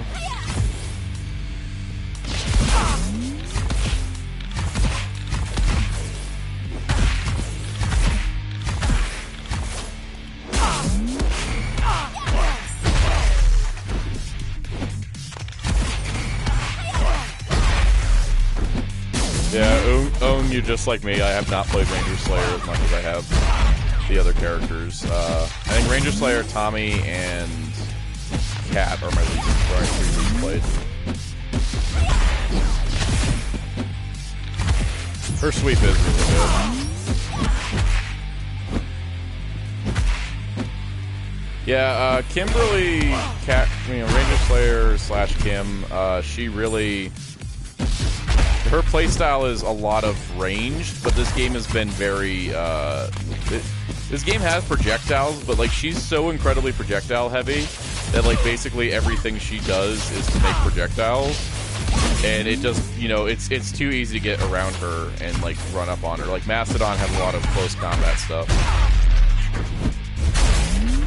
Oh, her mine. Yeah, that thing... Most of the time they just end up dodging it, because it's not like you can hide it somewhere, it's just above. And they just recently tweaked it so it's not as, like, damaging as it was before. And it's all timed, and I wish it could, like, set and detonate later. See, it's like some of her attacks are, like, completely useless at close range.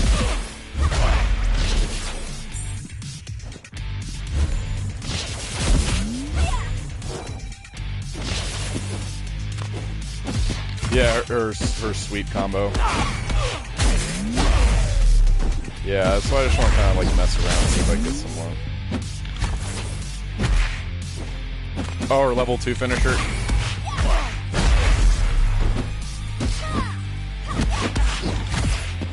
Yeah.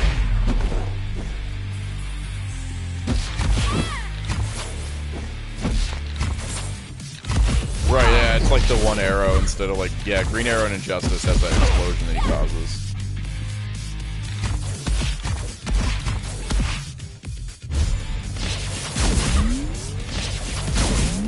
Yeah, Ung says that, yeah, most of the time isn't a hit. I think, I land more level 2 supers with Mastodon than I do, Kim.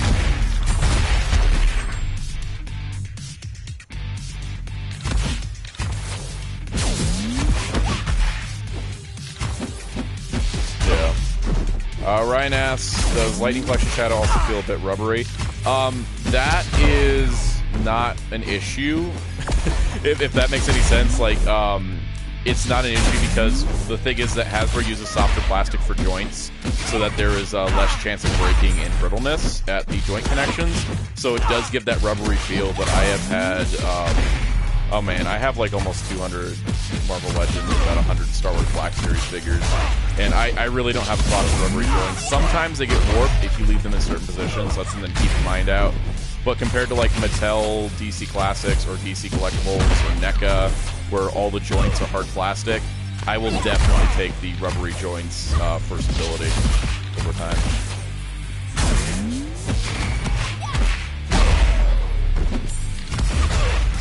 Yeah, that's also just a lot of it is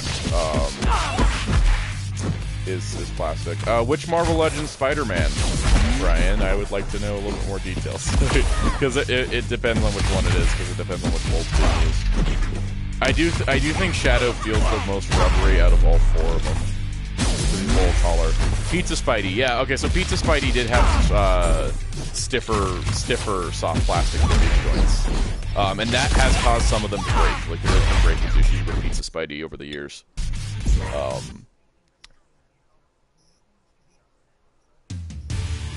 I still don't know what issue you're talking about, to be honest. Well, I don't know. Oh yeah, but that's I noticed that's a suit issue too. I was gonna say, like on the costume, his shoulders are low. I was gonna say the figure's nice. It's my sense hips are crap. Soundout last night. Help. Yeah, so Soundout, I did everything you can do for the game. I did the restore license. So I messaged Enway and was like, yo, Enway, I got the package for these characters. They ain't working. So I think this could be a bug. Could be. You know, I even went from Metal side and tried to reactivate the licenses, which means they should have reactivated by, you know, doing all that. So unless they found a way to avoid, I guess, you know, game sharing or system sharing, that's going to be a big deal, because there's some people who system share the same game on console and not with a friend in their own house, you know?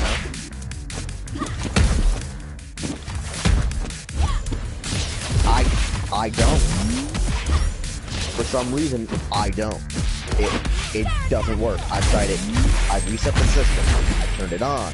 I turned it off. I let it sit. I switched over to Metals. I restored the license. I've done practically everything except uninstall the game and not going through that headache again, like what happened with the accident that I had with WWE. So at this point, it's a bug with the game. It has to be. Yeah, that's definitely a bug that contacting them's good. Real quick, Ryan said, do you think that they would make a Spider-Man Legends Spider-Verse Noir and Penny? I would like that, but I don't think it's going to happen, just because it seems to be like, you know, the Marvel Studios movies get the Marvel Legends, and then they made that repaint city pack of Miles and Gwen, but otherwise it's like, oh, they just made Penny's armor suit, and they made Noir. Right, like, there's a lot of things in Spider-Verse I'd want as figures.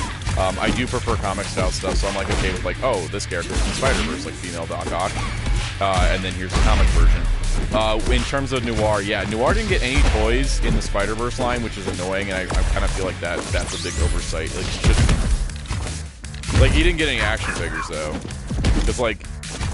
And Spider-Ham's figure was too big to fit with the others, so I feel like there was a lot of missteps with the line, and then, yeah, we didn't get Doc Ock, we didn't get a lot of it. Hasbro's basic Marvel lines, to me, are really lackluster, and they miss a lot of important stuff. And for, like, you know, for Marvel Legends, for, like, the MCU stuff, most of the time it's fine, because most of them get Marvel Legends. But then for something like Yeah, the other thing too is like with Spider-Verse though, like that's the only time we're gonna get those figures and those art styles because they're not gonna make legends of them. So it really sucks that they didn't. I'm gonna lose again. I got really close to winning this time.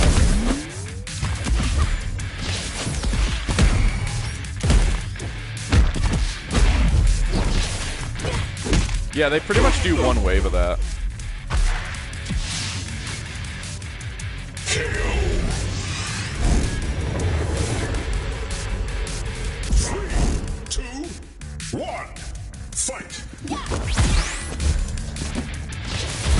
Like, most of the toys didn't have anything to do with the movie, to be honest.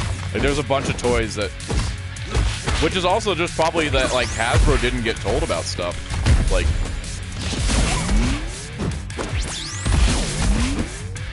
Yeah, no, that's only overseas. Same with the 12-inch Valkyrie hasn't been spotted over here. That's only been in, like, Singapore, I think. I'm hoping it comes over, because I totally buy a Valkyrie.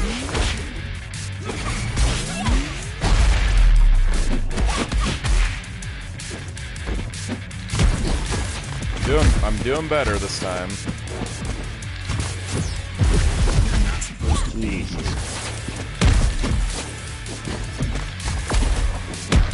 Head back on this box. God, I swear to God, if his blade fell off for the umpteenth time, I'm gonna flip out. Whose blade? Sideswipe, his blades on his video series always pop off or fall out when I pick them in. Oh yeah. No, those things don't hold very well. Yeah, no, no. At this point, I'm about to just put his weapons in a, what do you call those fucking things? The, I guess not a Ziploc bag. It's kind of like, those oversized pill boxes. I think they're for like medicine case or tackle-lures. Like you can either use them for either or, like storage compartments, like sewing and stuff like that. I have like one of those boxes that I keep all my spare accessories. Yeah. No. You can. The one that I have is like I think for sewing and for a few other things. Like it's supposed to be like a storage device.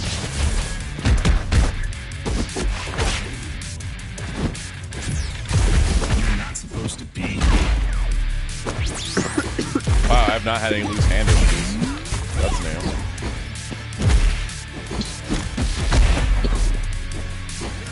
It's the peg. Sorry, I can't get it on mute. I can't put my hand to the switch this time.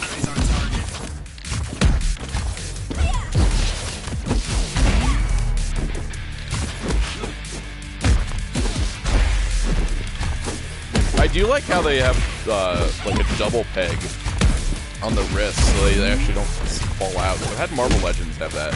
Like, oh, it has a swappable hand, and then the hand just falls the hell out. What do we got here?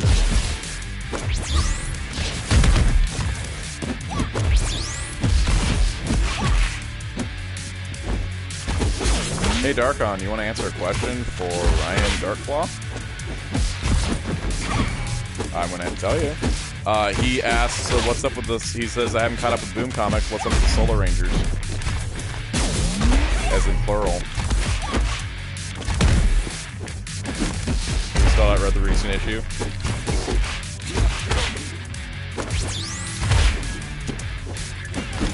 I've seen the picture, and can I take a guess?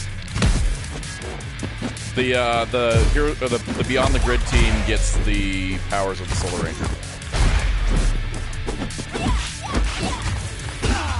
Ah, so close. Sorry.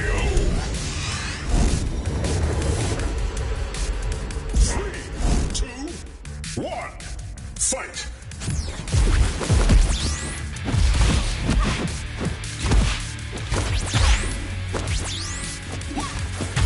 Welcome, Mood White. Aw, man, I watched the Ryuki special, Rider Time, which caused me to watch Dragon Knight, and it was so good. Yeah, Ryuki Rider Time. Right? Oong had somebody rage quit against him. They need to implement a rage quit system like they do in Mortal Kombat, where you die instantly and the other player gets a fatality credit.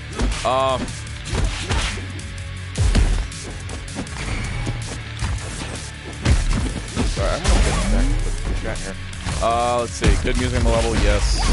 What if they add battle allies into the game? I'm gonna go with not likely. Just because it'd be hard to... Yeah.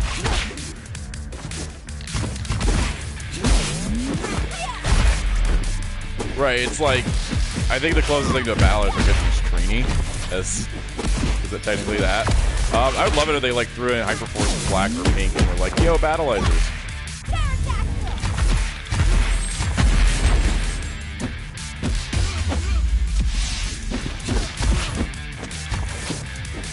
That could be cool. That way we don't have like that's how they can vary up the powers too. Moodwade, speaking of which, why didn't I watch Dragon Knight when it was on? A lot of people didn't, and a lot of people slept on that show, and I'm so glad that there's a good encode of it out there so people can watch it now, because I love that show to death. Yeah.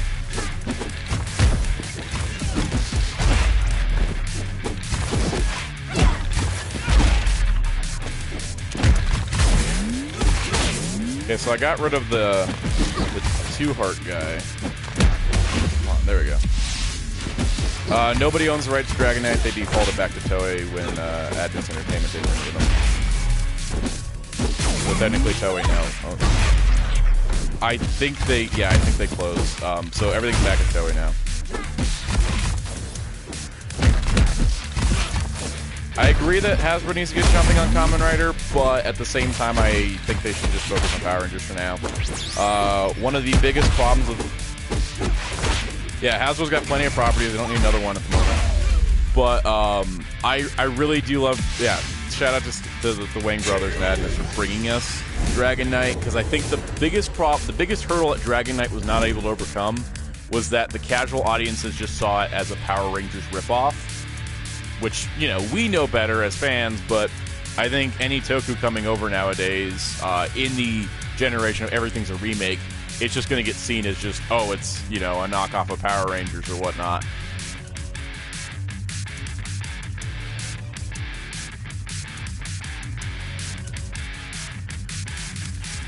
Yeah, it's become too reactionary, and I think that, you know, we have to get to a completely different point in media for us to get... Like, if Power Rangers becomes, like, the biggest franchise in the world again or whatnot, like, #1 TV show, then that's a different story, because then you can do spin-offs and be like, oh, it's a spin-off of Power Rangers. But now, anything that pops up is just going to be seen as a rip-off. So I think maybe in time, but not any time in the near future. Truly more I think Chapter 12 is the flashback, guys. Because the whole thing is sepia tone. 3, 2, 1, fight! Eyes on target.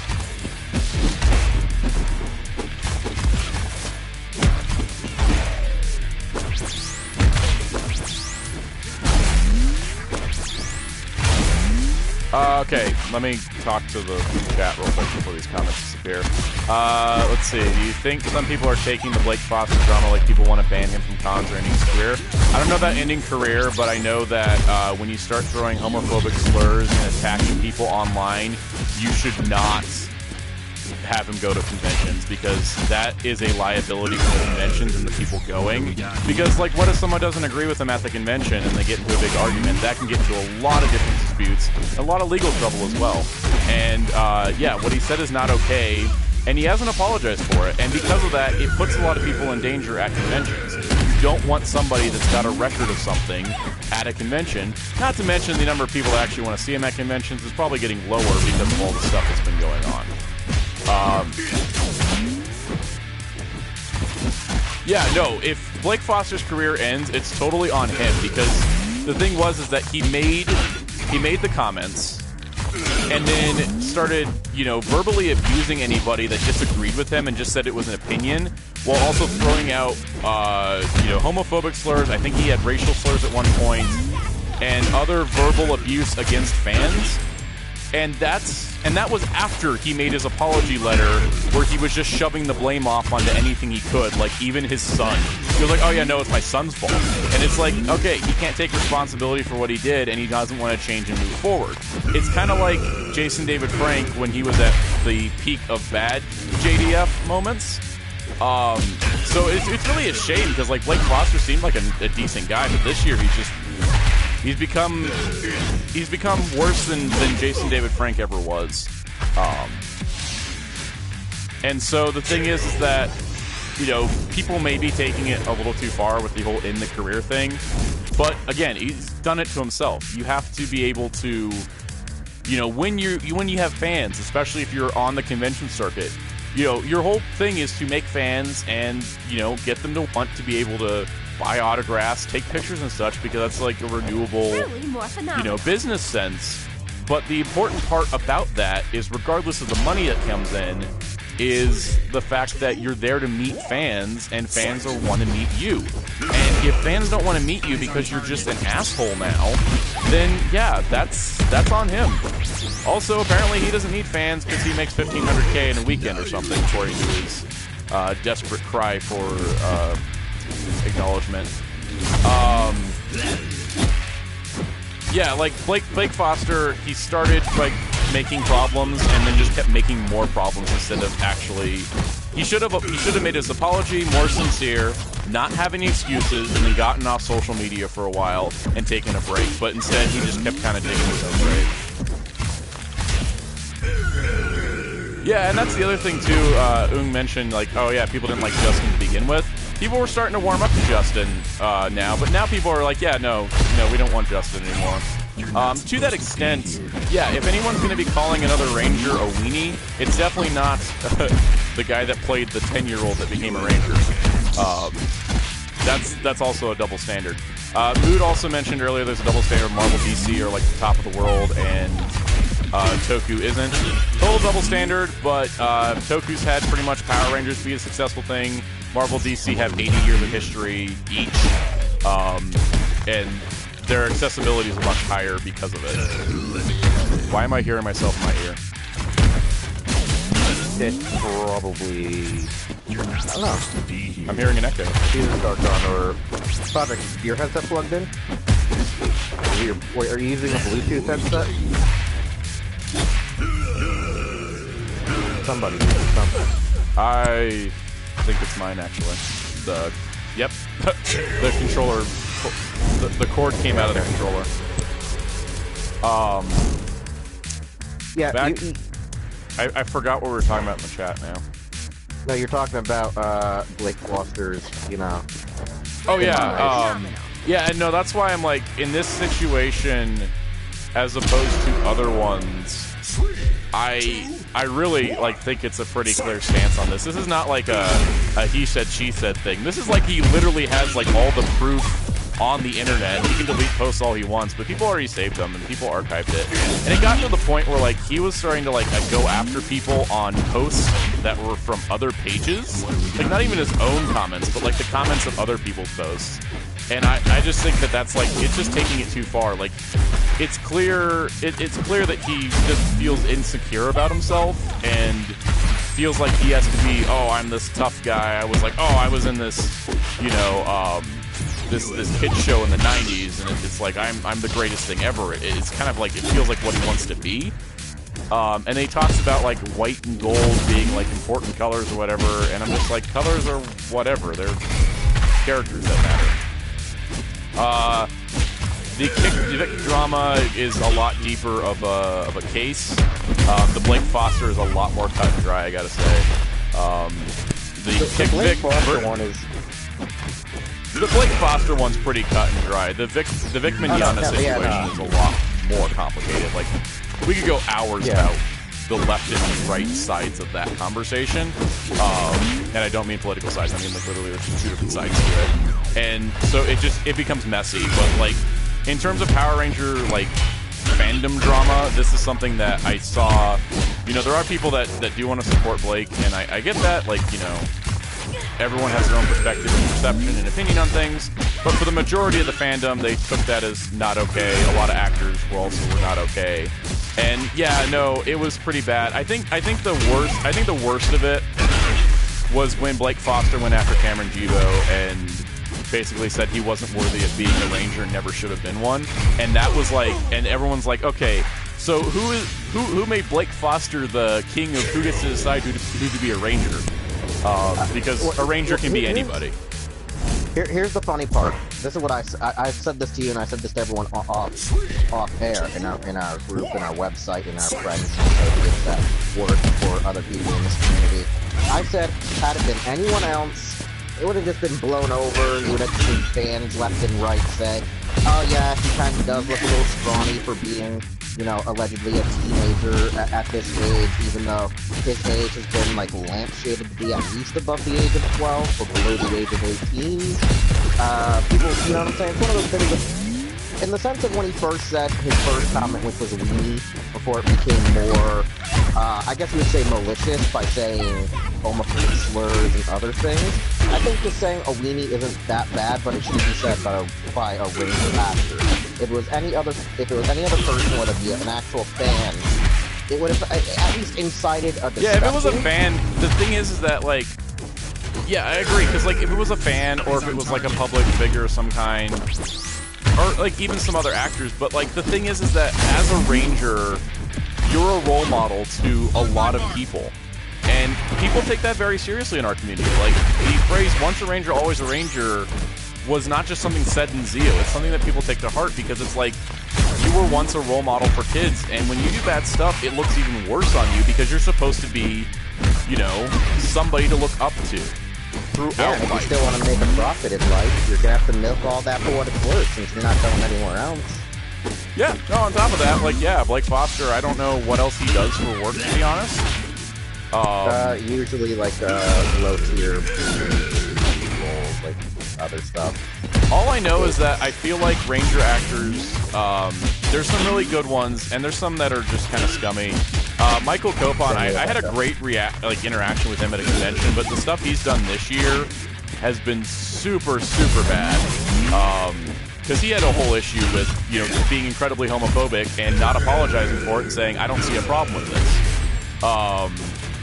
When it could have just been simple as, hey, sorry, take post down, problem solved, end of line, no one's going to question where the $13,000 you collected from fans to make a fan film came from. And yeah, some Ranger actors do just do it for a job. But I think if you're on the convention circuit, your first job going to conventions is not to make money. Your first job is to interact with fans, and the fans will help support you by having your interaction. And I think that is the part that some actors forget. Amy Jo Johnson doesn't notice. Amy Jo Johnson goes to conventions to promote indie films. Like, we know she does have crowd anxiety as well, which, like, prevents her from showing up at things. But every convention I've seen her at, I've seen her at, she's been at 2. I didn't go to the second one. But the one time I went to a panel of hers, she was also screening the, like, latest indie film, because that's just what she does. She's a filmmaker now. Oh yeah, no, like me and a friend who's actually met her several times, it kind of is like a double standard. Is you just going there to promote what we get, you have to go to places to promote these things. It's the way of art and filmmaking. But it also seems kind of, you know, scummy at the same time for the audience to come to see.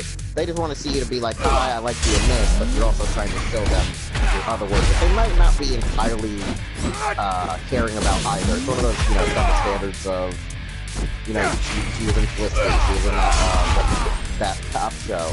So it's like, you have these people coming here to see you for those things, but you're then trying to show it, more promote, like, to get them, I guess, you know, to follow. It's one of those things, you know what I'm saying? Yeah, and here's the thing too, like, in terms of, like, Amy Jo Johnson, like, when I talked to her, she wasn't like, oh, have you seen my indie film? It was more of like a, you know, hey, I'm having this screening, if you want to come, like, kind of thing. I didn't go because it was paid tickets, and I was like, eh. I was gonna say, I think she learned I think she learned that problem when she did it in New York several times.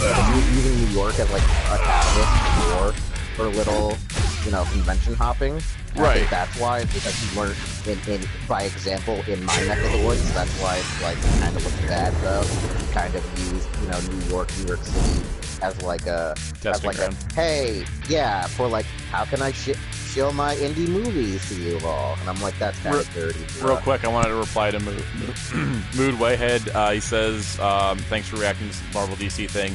I'm watching your reviews of the old reviews of Dragon Knight, just warming up to it. Yeah, enjoy them. Thanks for watching. I appreciate it. I had a lot of fun doing the Dragon Knight videos. Yeah, enjoy that Sting. Oh, yeah, Figma Sting is probably like one of the most golden reviews I've ever done. Other than the Poppy review that you made me watch this morning at 5 in the morning. And making me all 70 of you on stream, there's a Kamen Rider Poppy review coming on Friday that's probably going to be either the worst review I've ever made or the best. It's all for I think you to it's I decide. think it's by far my favorite. I think it's my favorite of your videos in the last 5 years. I'm happy. I'm really happy with that. But of course we got Lightning Collection. Lord Zed went up today. As in Tuesday.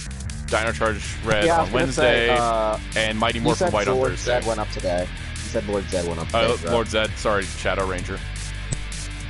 My Lord Zed went up today. My Lord Zed and Shadow Ranger went up today.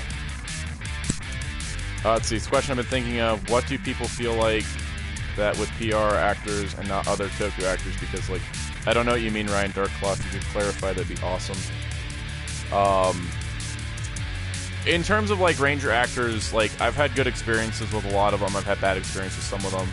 I think that in general, meeting actors at conventions is great.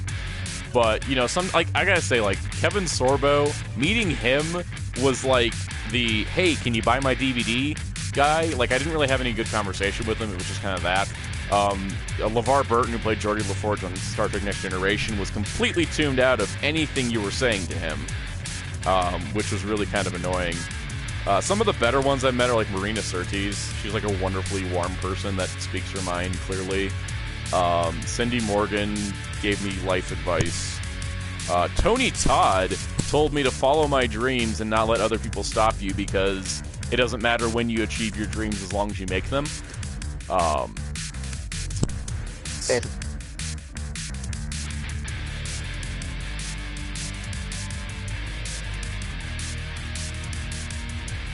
did Gem on RPM do to Soundout? What are you talking about? The part where he was like, I'll sign your wheelchair for free again after I signed it the first time? Where he was so uber he was like, after he signed my wheelchair, he was like, bro, just come to me anytime when my agent isn't around and I'll do it for free. I was like, what? He was like...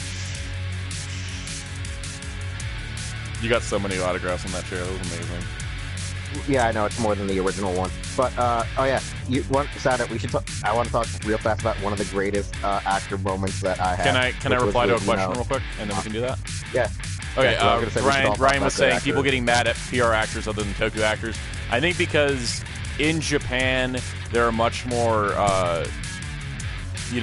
there's in Japan, there's less cases of that. But yeah, no, people don't talk about Sengoku Ryoma anymore or make memes about him after he assaulted women twice and got away with it.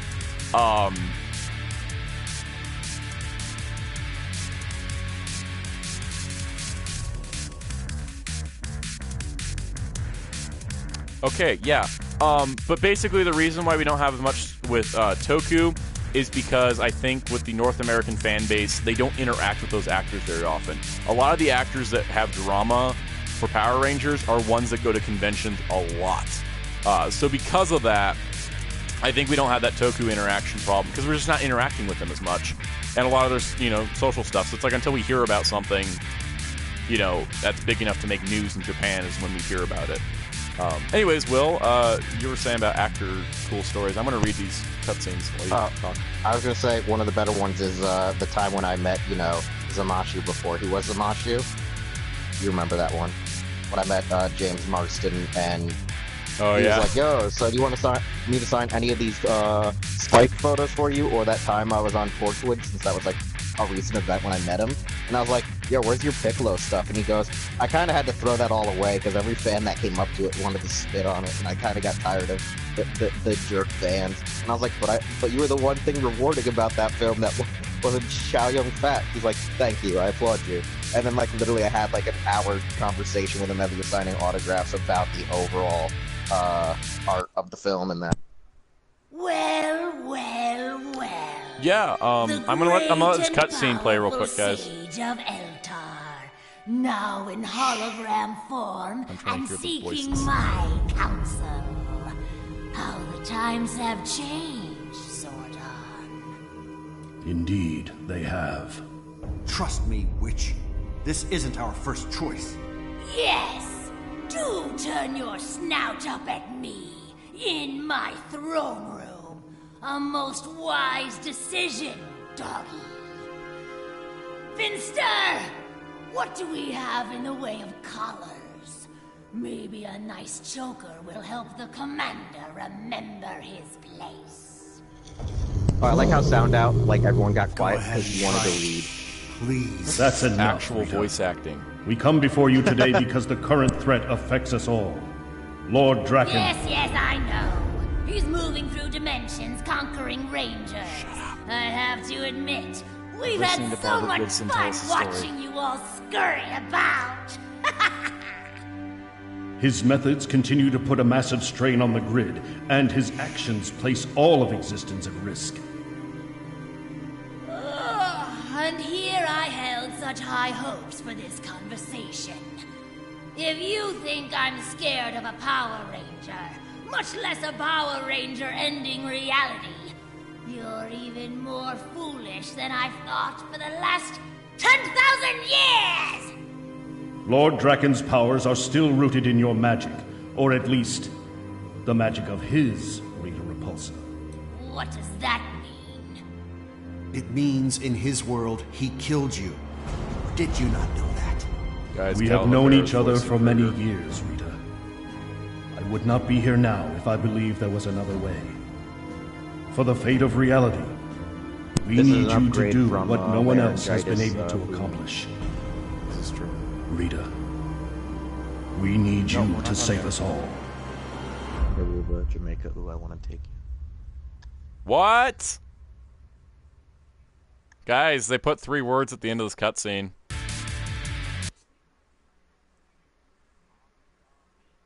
To be continued.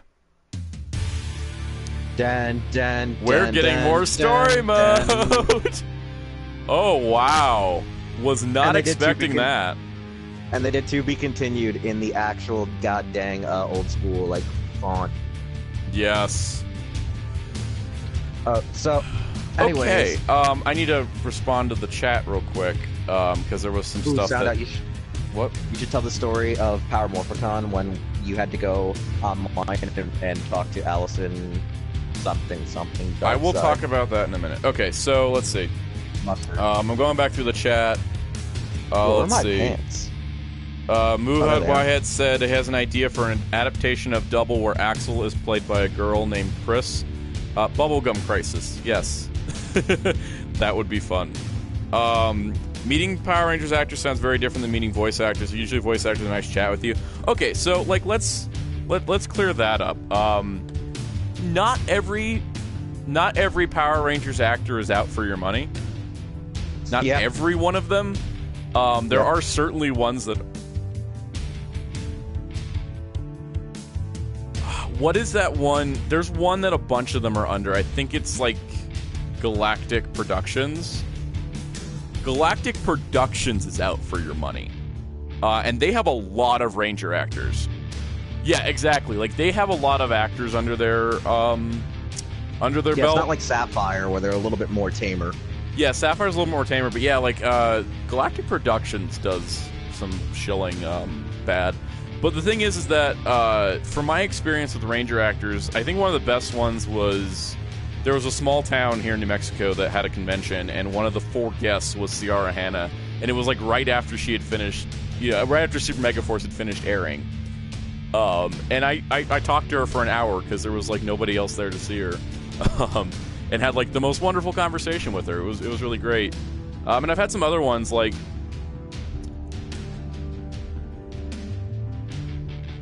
What? Butter. No, it's mustard. The mustard story.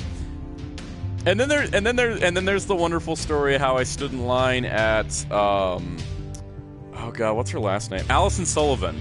Allison Sullivan had a line at Morphicon because those that don't know, Morphicon gives out pins as part of the package, and then you can get other pins throughout the convention. And she had the pin of Beat J Stag from Go Busters as an exclusive if you bought a jar of mustard. And so I went and stood in line at like the opening of the show because I was like, I need my mustard so I can get my pin because I really wanted the Beat J Stag pin. Meanwhile, I went off on another amazing adventure that led to technically nothing, even though we're going. My dad ate the mustard. My dad ate the mustard. I got it all the way home, and he had it. She signed the mustard jar, which was really weird, but I was like, I just want the pin. She's like, oh, thanks for buying my mustard. I'm like, yeah. Hey, isn't there an exclusive pin? She's like, yeah, there is. Like really sad. Like no one really wants her mustard. She just... There's one guy in front of me was like, I get her mustard every year. It's amazing. I'm like, good for you. I just want a pin. But it was funny because she was late, so I was standing in line. So then Will, who are you talking to at the same time? You set me off on a mission to go to talk to Stephen Lunsford. This is true, but you also talked to Jessica Ray at one point. Oh, yeah. I go to talk to Jessica Ray because I was like, hey, what's going on? And she's like, yo, you look familiar. And I'm like, I do look familiar. And she's like, where have I seen you before? Paramorphicon, right? I'm like, yeah, but more specifically another one. And she's like, oh, dude, you were one of the extras in No Nerds Here. And I was like, damn right. And then, like, we were talking about it, and she had me, like, on her phone call the director and producer, Skylar, up. And, like, I sent him a video message of asking him how he was doing. And when I was talking to her, she explained what happened to the project, but I'll talk about that another day. She goes to me and says, so I saw you were with two other guys coming in here. I was like, yeah. She's like, why are they over there at Allison? I'm like, she's selling mustard. And they're like, really? Yeah. She goes, but why do they want her mustard? She does this every year. I go, yeah, well, this year Power Morphicon gave her a deal to sell her mustard. She had to give out an exclusive pin with each sale of two or one jar, whatever, just any purchase. And she was like, wow, who do I have to sleep with to get that kind of deal?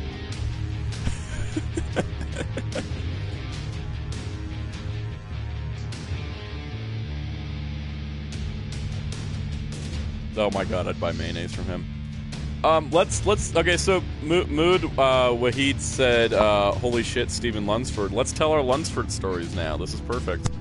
So he just finished watching Dragon Knight, so he's all Dragon Knight. Okay, we can do this Lunsford story. Just give me, 3 minutes. Can you stall? I can stall. I got other stories to talk about. Yeah, don't tell the Lunsford one. Because the only reason why is, it's gonna sound funny, but because I'm in a wheelchair, it makes more sense. It's one of those things where, the pants leg's, inside out of itself caught around one of my other legs. And since they're both, dead and floppy, it's I'm kind of, knotted up and tied, contortion. Get yourself untied, I'll stall. Yeah. Yes. I will look at those in a bit. Let's talk about...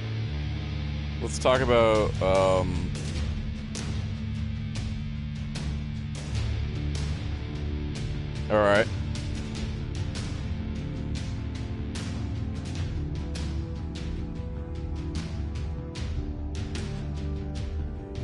Oh god, it's true. Okay, first of all, how dare you show me an Abare Max brace because I want to buy it. And... wow. Yeah, no, 4,000 and then 1,500 for a DC Multiverse Vixen.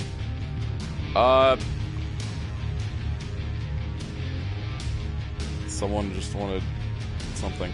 Okay, Ryan Darklaw asked a question. Any bad story meet or actors? Shut up, Dark Khan. Shut up.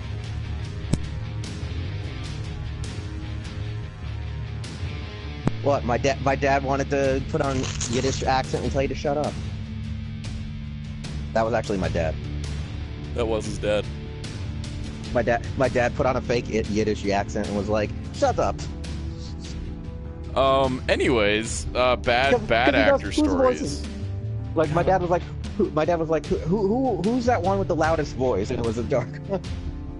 Oh my god. Okay, when I met JDF at an Albuquerque Comic-Con, this is hilarious because it's like I was there as press at that convention, and I interviewed Catherine Sutherland and Steve Cardenas, and I was like, I don't want to interview JDF.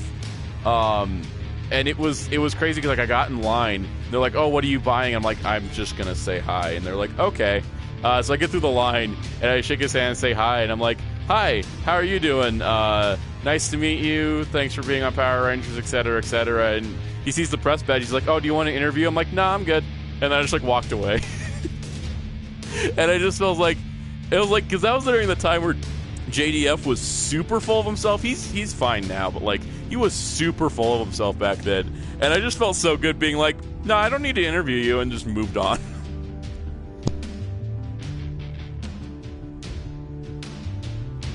But that wasn't JDF's fault.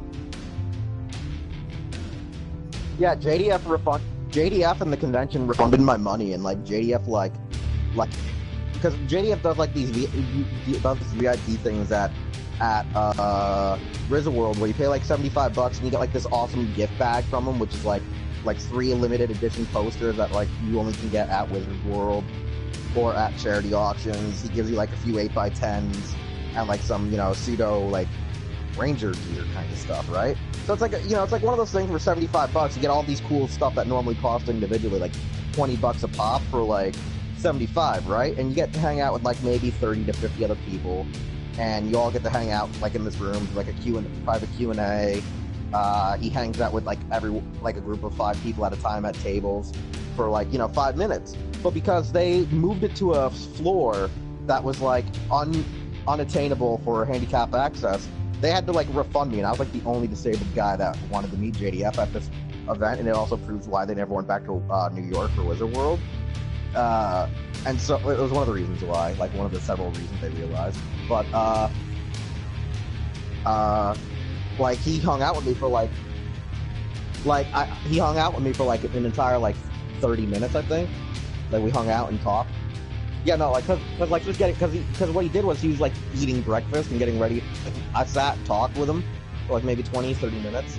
JDF can be kind of a super asshole, but, like, he can also play the nice guy at the same time. It's one of those ones where, like, I think JDF, the man, tries to overcompensate for a lot of stupid shit. Because he thinks that, like, he is this greatest thing on Earth. Yeah, like I don't like people who think that they're the greatest thing on Earth. And the thing is, too, at the end of the day, what are actors? Actors are people. They're just people. And they just happen to be in something significant, and meeting them is a cool experience. But the thing to remember when meeting Power Rangers actors, or any actors, is they're just people.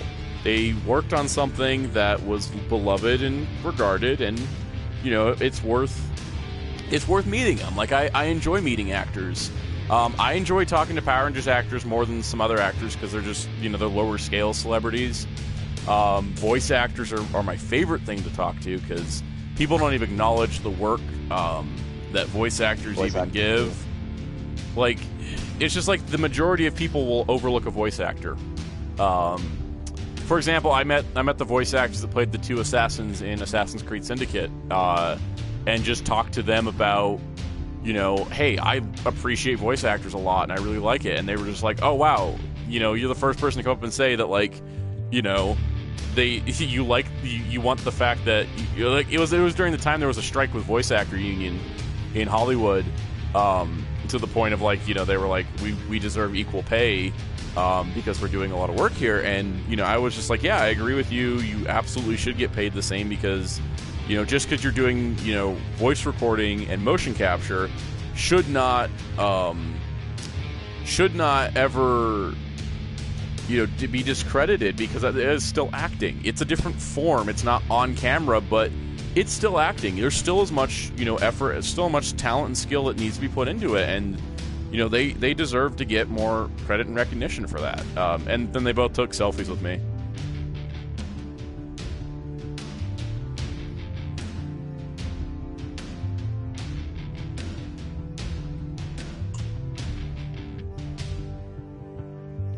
Yeah, video game voice actors get paid less than animation voice actors do.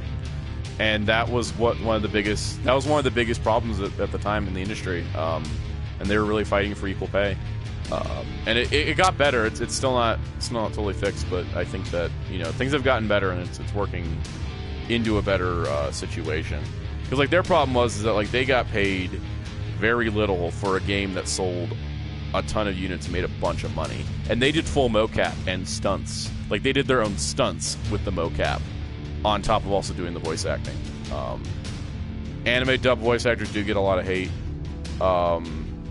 And I think that, it comes from the fact that the anime community gets a lot too much wrapped up into the Japanese version is the best version. And it's like, you have your preferences, but at the end of the day, dub actors have it harder than the Japanese voice actors even, because they're having to create a voice that has to match a character that wasn't created by them, and so they have to, come up with something that's going to match what was already there, and then elaborate on it and make it distinctive enough but still similar enough that it doesn't destroy the story of the character, and that can be really difficult. I'm gonna pin a question for later from D. Rashad, because he talked about DLC predictions. We'll talk about that I think next, but I think this actor train's kind of fun. We got some more stories. With the actor thing, with voice actors, here's a funny story where the first time I ever met Johnny Young Bosch, he was like super jet lagged and kind of pissed off that at the Power Morphicon, the first Power Morphicon I ever went to, he was actually straight up brought in as the replacement for Jason David Frank. For people who don't know, he was legitimately brought in like last minute alongside David Yost as a last minute replacement. And some of the staff there treated him like, oh, you're just a replacement kind of thing. And so on his first day, on the Friday, he was kind of like an asshole. And he kind of didn't realize he was kind of an asshole to people until like his friends and bandmates in iShine kind of were like, yo, Johnny, you're kind of being a dick to your fans, even though it's not their fault.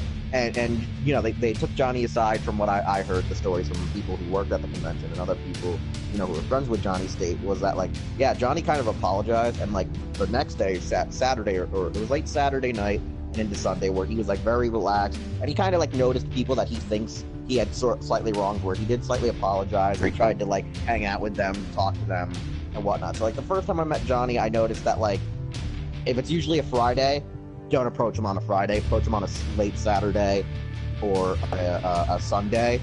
More calmer, more down to earth dude. He's usually a lot more tone. And the reason why I'm bringing up Johnny is because he is both a voice actor and a ranger actor who's gotten more credibility due to his anime voice acting than he ever did as a ranger. So it's one of those ones where he, in a sense, he fits that category for me. Go to the corner, Darkon. Corner. Go to the corner. I met Johnny Young Bosch at a convention, and I honestly had a great experience. We talked to Code Geass, which was really fun. I think it's like Johnny's one of those guys. English voice actors, Jason Charles Miller, who's an anime voice actor and did do songs for Metal Gear Rising: Revengeance. Totally chill SOB dude, like really chill, cool guy. Really like to promote his music because he's better known as early on a musician, then got somehow into voice acting and vice versa. So like he kind of flips, every couple of years, what does he want to promote the most out of? So like another cool guy that people probably overlook or underlook. Yeah, anything else. I think with when it comes to actors too, is that I was gonna say, like, it's just like it's interesting, it's different for different people. Like sometimes you'll have a good interaction with an actor, and sometimes you have a bad one, like just because of like time of day or what they went through or something like that. It happens, but yeah, there's still people at the end of the day, and people have flaws, and people have bad days and good days, and it's just you kind of work with it. You roll with the punches. Sometimes you get LeVar Burton staring through you into nothingness. And sometimes you just go next door to Marina Sirtis, who just gives you a hug, and you're like, I've just met you, but okay, this is cool. You just, what I mean? It's like, it can be night and day like that. Yeah, I've had that weird experience where like they're a little too like chummy. Like for me, I'm not usually against people who are more chummy. It's when they start doing like hugs and stuff. I'm like, all right, in my safe space. Meeting David Yost and Walter Jones, they came to a convention together one time, and we were talking to David Yost, and Walter Jones was talking to somebody, and then he finished talking, and then he just jumps in, he introduces himself, he says hi, and then we just have like this, we had like a good 10-15 minute conversation with them just at their table. And it was just like, it was great, because it was like David Yost was like, you know, it was like a good comedy duo, like David Yost was like the straight-faced, and then, you know, Walter Jones was just high energy. So, you know, that's just fun stuff. Walter, he's like always like mellowed out and he feels like he's stoned. He might be. I don't know. I know one time he was like baked out of his effing mind. Switching subjects, real quick. Let's see. Ryan Darkclaw, what do you think of Sonya's voice in Mortal Kombat 11? God, I don't even know. So, like, I personally don't care about the Ronda Rousey drama or anything like that. Like, just personally speaking, I just don't care. She's not a good actress. I'm sorry, like, whatever to her fighting career, but man, lady, stop acting, please, because you just... You should see her WWE promos. Here's the thing, is like, and I don't want to spoil Mortal Kombat 11's story mode, but the greatest thing happens at the end of, like, Chapter 1. And it's called... This is Chapter 1. I'm just going to say it. I don't care right now. It's called Transformers Prime Syndrome. Hey, we got Dwayne the... Oh, yeah. No, they, like, freaking kill off Sonya Blade at the end of Chapter 1. Boom. Dead. And then they bring back her younger... And then they bring back her younger self, like, in the next chapter. And I was like, oh, thank God, they didn't have to use Ronda that much. And then, nope, she's back. I was like, oh, damn it. It actually made me like Cassie Cage, and I hated her in Mortal Kombat X. And now I'm like, I kind of like this character. I don't know if so terrible Sonya was the one to balance it out or whatnot. But Cassie's good now. Which is weird for me to say, because I really did not like Cassie Cage. I thought she was the most obnoxious Mortal Kombat character to ever exist. She's obnoxious, bro. Yeah, I mean, she's still obnoxious, but now she's like, I don't know. No, I guess she's not the most annoying character in the game anymore, and that's probably why I'm okay with her. The most annoying character in the game now is Ling Lao. Who? Ling Guo. Liu Kang? No, I was making a joke because of The Simpsons, the little robot Ling Guo. Ling Guo dead? Ling Guo is dead. Ling Guo is dead. Back to, let's see. Erica Lindbeck brings so much life. Yeah, she did. I really do miss MK9, MKX Sonya. There was a comment earlier about DLC predictions. It's pretty obvious from story mode stuff. Time Force Pink, Shadow Ranger, and then data mining, Zeo Gold Ranger. Hopefully we're getting the SPD Megazord as a playable Megazord. Here comes Gold Ranger. Here comes Gold Ranger. DLC otherwise, my guess is, I guess, Lord Zed. Maybe a Beast Morphers Ranger, maybe a Hyperforce Ranger. I'm kind of hoping for Hyperforce Black. I do like Hyperforce Yellow in Legacy Wars, but I think Hyperforce Black would provide more variety. So if I had it my way, though, I'd probably put all 5. Oh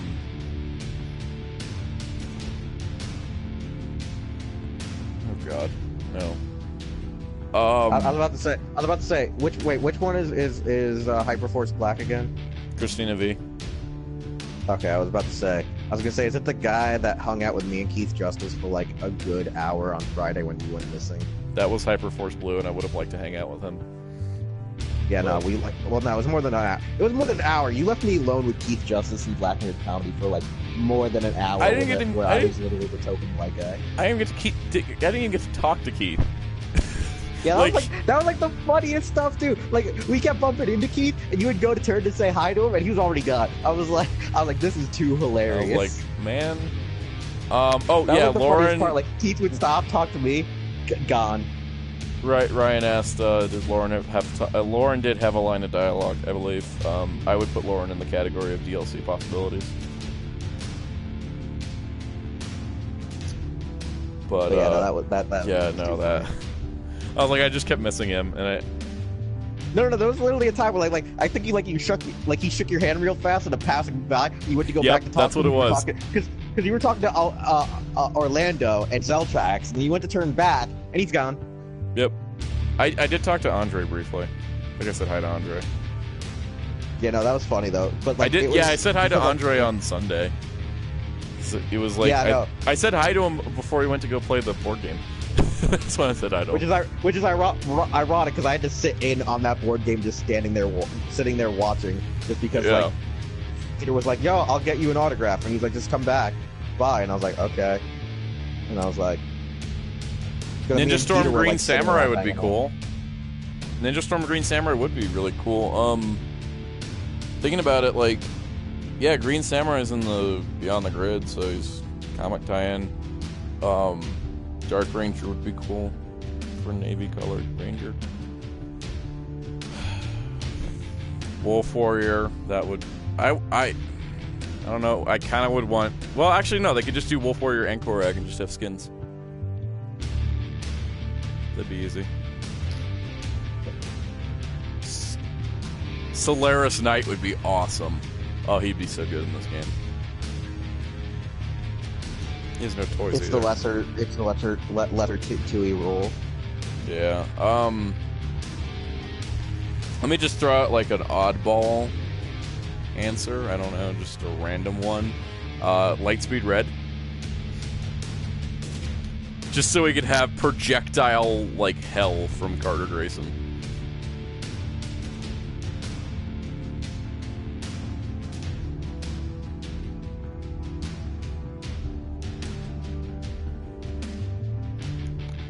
Titanium really has not been in anything, though. That's the thing, is like, first American exclusive Ranger, but like, he's not in the comics, he's not like anywhere. SPD Boom Ranger, I think, as it would be a great joke character, but probably not happening.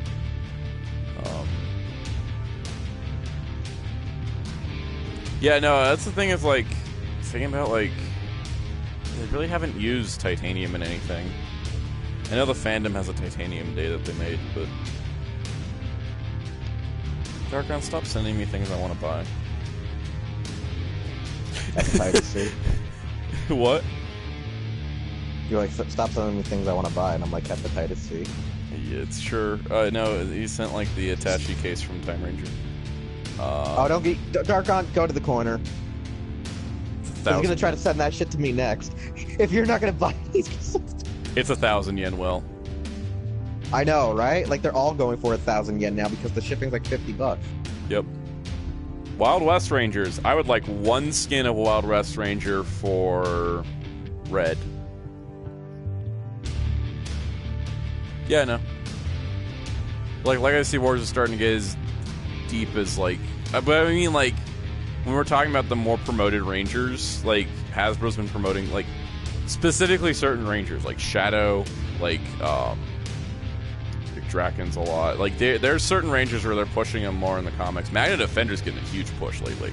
Like, it's kind of crazy. They're pushing some of these Rangers as fan favorite Rangers. And here's the thing: is like, outside of Titanium being first American Ranger, I don't know if he's as popular for any reasons for character or if it's just for notability. Said notoriety. That I would, dude. They should make Daishi with a Camille built-in assist. I just want a character in this game that the built-in assist. All right, guys. Monsters and bad guys. Specifically, monster villains. Let's just throw out a couple. Say 3. Just say 3, Darkon. No, Scorpina, and then Venjix, and then one other thing.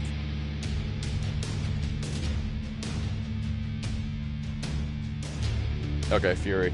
I'm gonna go with Trakina, Trakina, what was it? Vipra. Yeah, let's just go in on this. Trakina, Vipra, and Nadira.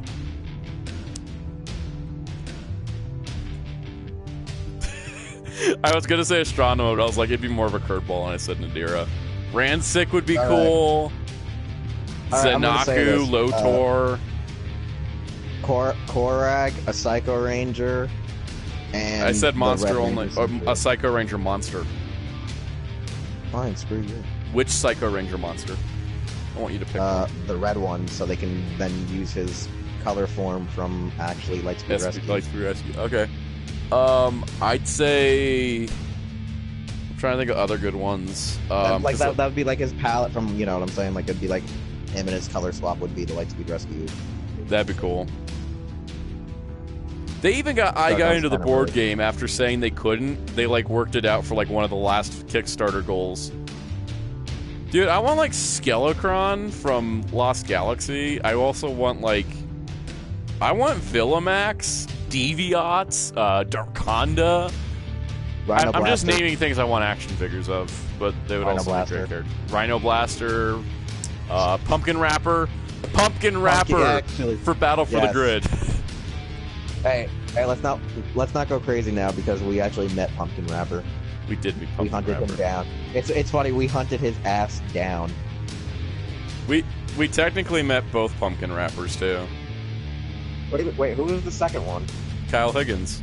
He played Pumpkin Rapper in Hyperforce. I'm only talking about the one that matters.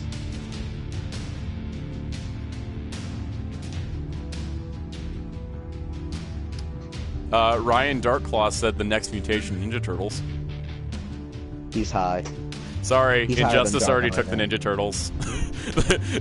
Injustice has rights to that.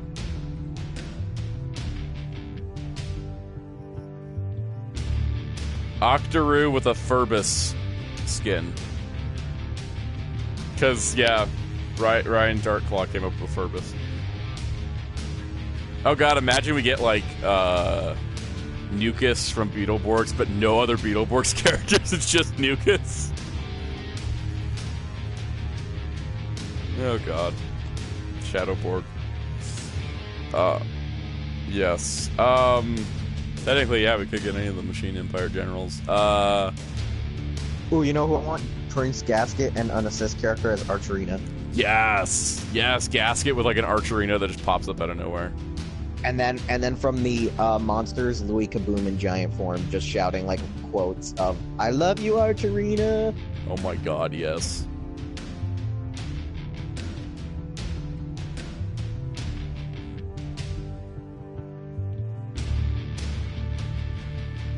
Oh, not Cosmo Royale, but like the actual Baron Nero mask.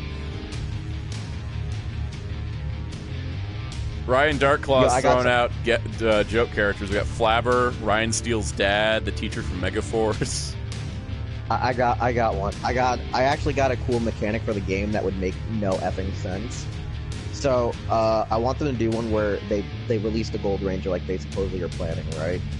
Mm-hmm. But give him 3 extra color palettes, and one would be like the gold armor turns into like a silver armor to be like Tray of Wisdom, a pink one for like Tray of Heart, and then the other one has like a bronze for like Tray of Courage. Oh, that'd be awesome. And it's like they all have different fighting styles, where like the regular fighting style is based on, you know, the actual Sentai footage for when they're all merged together / voiced by Brad Hawkins and or played by Austin St. John.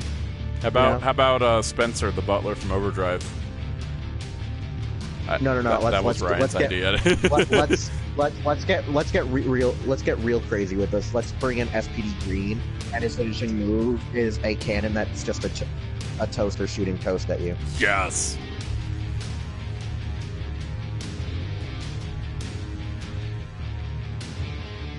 Mm.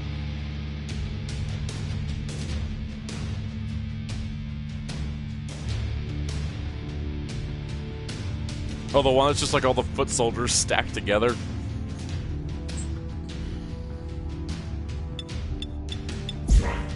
Oh god, that'd be so cool. Okay, here's Cenozoic Blue Ranger, Donna. Professor Phenomenus. Ryan said Professor Phenomenus. He's just like a goofy, like, Phoenix Wright-esque character that just throws things at you. Who's the person? Frax would be cool. Here's a question. Did Muhammad Wahid leave? Because we still have to do that Steven Monster story. Oh, yeah, he had to go to lunch because it's lunchtime where he's at. So if he comes back, we can do the lunch. If he comes story. back, we'll do the story if he comes back. I'm gonna play as the David Fielding Ranger. Power of snow. Wait, what? I'm playing Cenozoic Blue Rangers voiced by David Fielding. 1. Fight! Oh my god, I love Northern game. The nuns from the movie? Oh god. Oh god, the bus of nuns. At movie Zach, and like, he just summons a bus of nuns. How about Ninja Steel Red, the dead dad, but as a power swap, it's Thor from Overdrive. Oh my god, yes. Oh my god, like I'm getting so much joy because I was like, there's like hardly anything I like about the 2017 movie, and now I'm like, oh yeah, I really love the nun joke. That was like my favorite thing.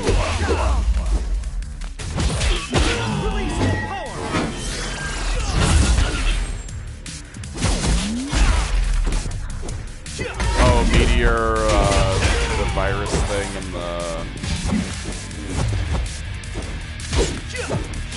Oh, it was Ice Age, yeah. He should have been named Meteor Rage. Oh my god, Ryan said the Ninja Steel Nexus because it could be alive and fight. You're just playing as a spinning disc. It's just correct. Guys, when the PC version comes out, we need to make mods of all this.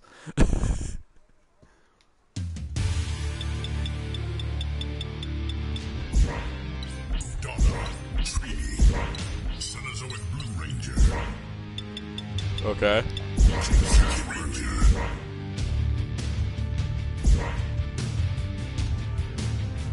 Oh god. Oh god, it goes Hexagon the game. So, I hear you like garbage. So, what about Scorpion Rain? Back to action. Oh my god.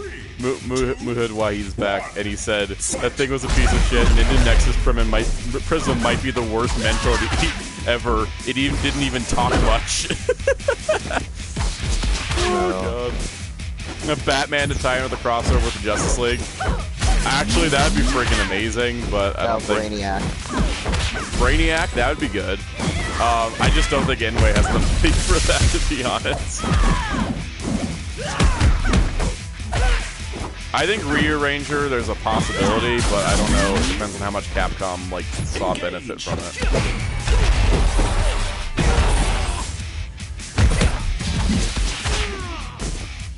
Oh god.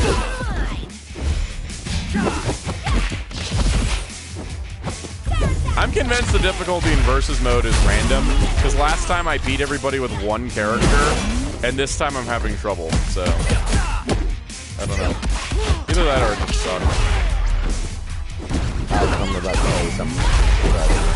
The arcade. No, the arcade. I'm not playing arcade, I'm just playing arcade. And yeah, I know they are arcade because I was playing earlier.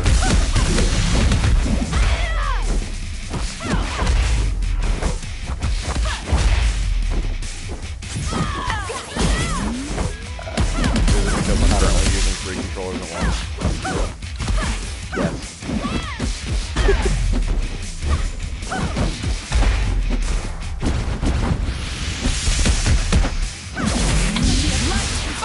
All I can think of now is Robert Redford from, oh god, what movie was it? Jeremiah Johnson. Yes? Yeah.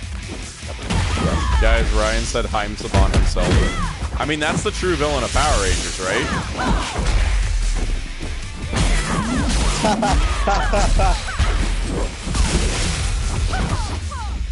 Judlin.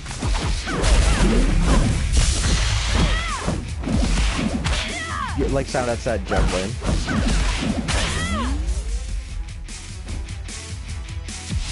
By the way, Moohead says he despises Solar Ranger. Solar Ranger's problematic, like, and I think a lot of my problem with that is that, Beyond the Grid has just been a really poor story. That's for my comics podcast when it's over. When it's over, I can, like, analyze it and break it down. Oh god, Vrak would be great. You could have, like, that's like you have, like, you know, 3 or 4 skins instantly for him. Ryan has 2 more character choices. The I'm assuming he means the Dynaman gag dub, not the Bioman gag dub. And 4 kids Ultraman Tia. I'd buy it. We need to tell the Lunsford story, yes. We need to tell the Lunsford story, correct? Let's do it. Alright, right so now. the Lunsford story is actually a very interesting story. Like, when I mean interesting, I mean it's, like, actually, like, really funny. Because with the Lunsford story, the plan was Soundout was busy trying to get Mustard. And the process was I was supposed to go make first contact with Lunsford. Because we were actually in attempt to try and secure an interview or talk to him about the overall project of Dragon Knight for our website, HeroClub.com, which, due to scheduling and I think being busy and just being a normal actor and possibly ignoring DMs, never fully got done. It never panned out, I think, because he went to start working on, like, a pilot for a show and a bunch of other things. Like, he's been really busy. But yeah, it didn't work out. But we were kind of trying to plan like a Dragon Knight of some sort. Yeah, but we were trying to. Anyways, I go there and I pick I one pitch like, you know, second pitch I sound out, you know, still buying stuff. Even completely hit it off because, like, ironically, like, Lunsford's already, like, mutual friends with Keith Justice, who I'm actually, like, mutual and good friends with, and so we started joking about, like, people we know on the internet and stuff, because he was more shocked that, like, I actually knew Keith and not knew at his website. I was like, yeah, no, me and Keith, like, are friends. And he was like, wow, okay. So, like, we were chilling, and then Soundout came over, and then when Soundout came over, he saw that we had the advent decks on us that we were using as business card holders, which then led to us showing him the CSM Ryuki visor and the actual D-buckle and the 13 deck, or, you know, 13 plus decks for the belt. And he was really interested in it, where he then followed the website, followed us, and whatnot, and, like, he just kept hanging out with us, talking to us, letting us hang at his table and discuss all the things about Dragon Knight. And, like, it just led to, like, crazy shenanigans of us just always popping up at his table to reconvene whenever we lost each other at the convention.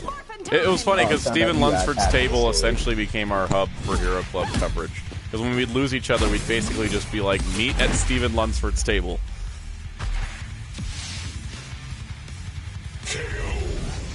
Okay, Ryan's next joke character's too good. Ernie in his ultimate is the juice bar, and his other skin is Megaforce is Ernie. I was gonna say there's one other funny story, like the part when I said, hey, is it kind of weird that Matt Mullins always has a Christian Bale, like, Batman voice? And then, like, Lunsford was like, oh, you noticed it too? We were hoping no one noticed it because we thought it was too hammy. Or how about the time that he was talking about how Matt Mullins would, like, breathe into the microphone after every line of dialogue for ADR? Oh yeah, he'd have like this really hard sigh after every line. He'd be like, "Kit, we have to transform right now. Kamen Rider."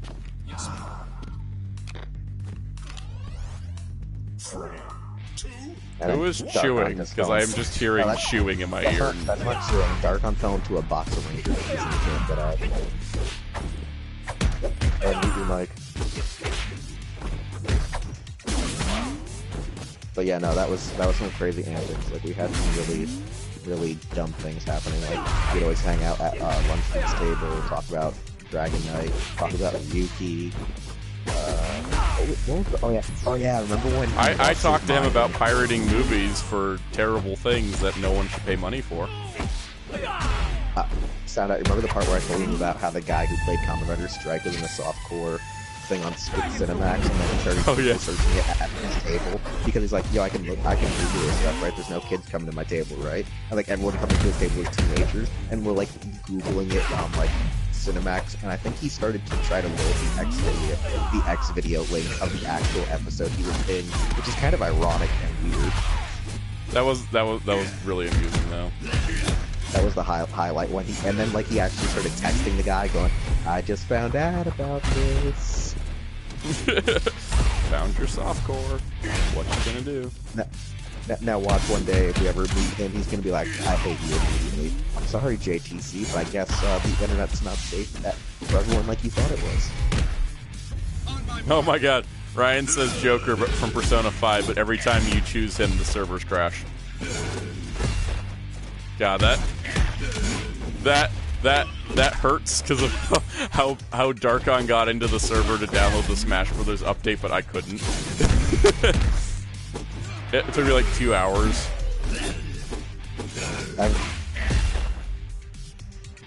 I have a feeling Mahud Wide is probably leveling that weird art in the story where it turns into us Google searching porn. Okay, Mahud Wide said, holy shit, I love this Lunsford story now. I loved Ryuki when I was a kid, and I guess 6 or 7 years old when Dragon Knight survived.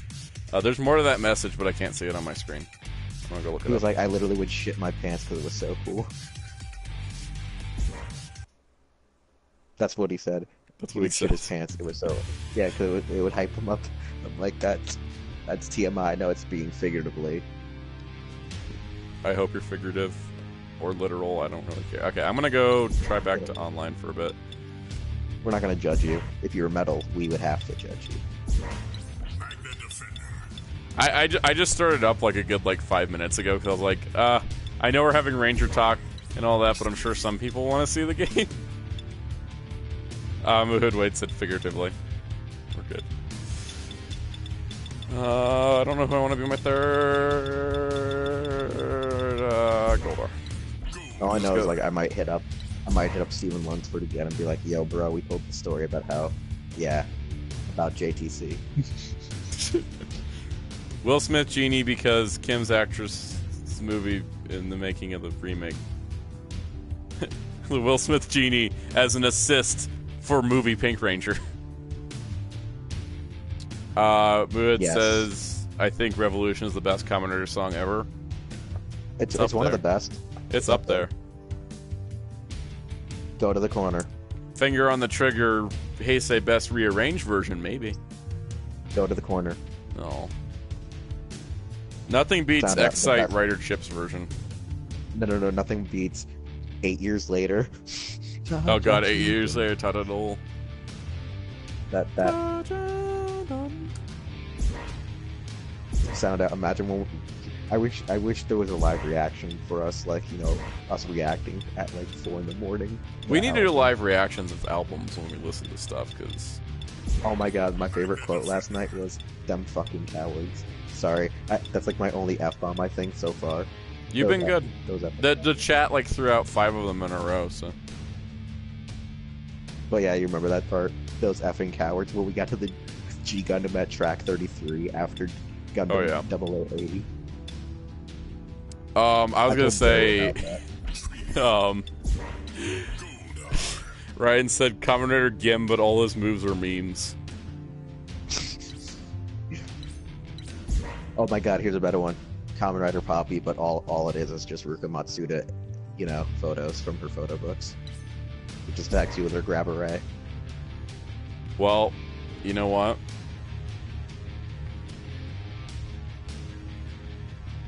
Oh god, yes. Let's just say that pretty much you could play that song over top of.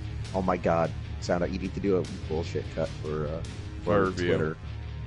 No, just of your review, but put it on Twitter. Of I really need to. That video is going to be interesting. Friday, 6 p.m. Eastern. I still like the version where you're like, hey, Will, if this turns out as crap, I might need you to redub it. And I'm like, I got the chief. You have no idea the power I possess. Yeah, we should do a parody version where it's a redub and it's just me talking about Ruka Matsuda. Oh yeah, that would be good. And then he just tweeted at her, and no one else would get a follow back. Well, I mean, crazy stuff has happened before. You got retweeted by Kate Amamiya. Hey, I became memed by Kate Amamiya as I memed him.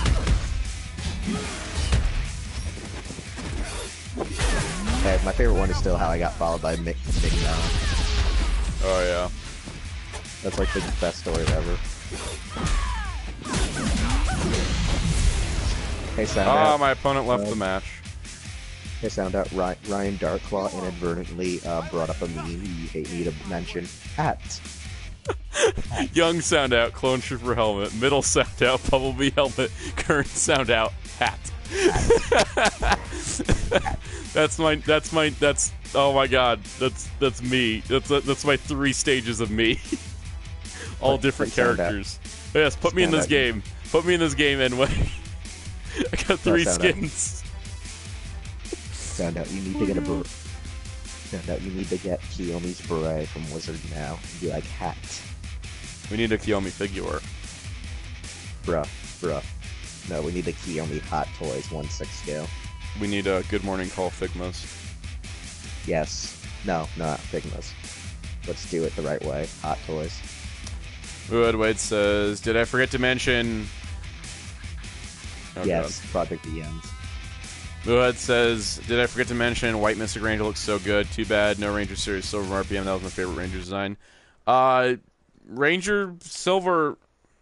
I'm hearing the Dragon Knight belt. Dark on stop.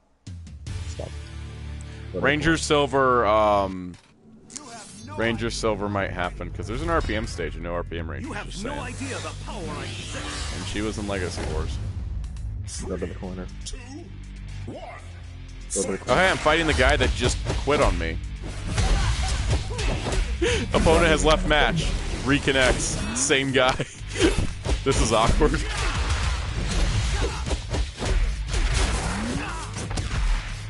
That's what he's doing right now.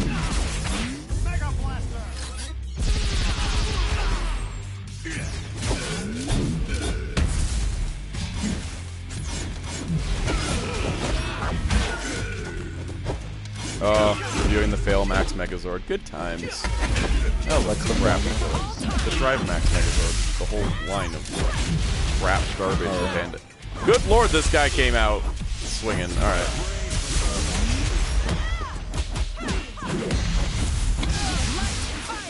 Yep. Oh god, here we go again with Soundout's top 5 video. That was a top 10, sir. Yeah, you split it into 2 top 5s. I know.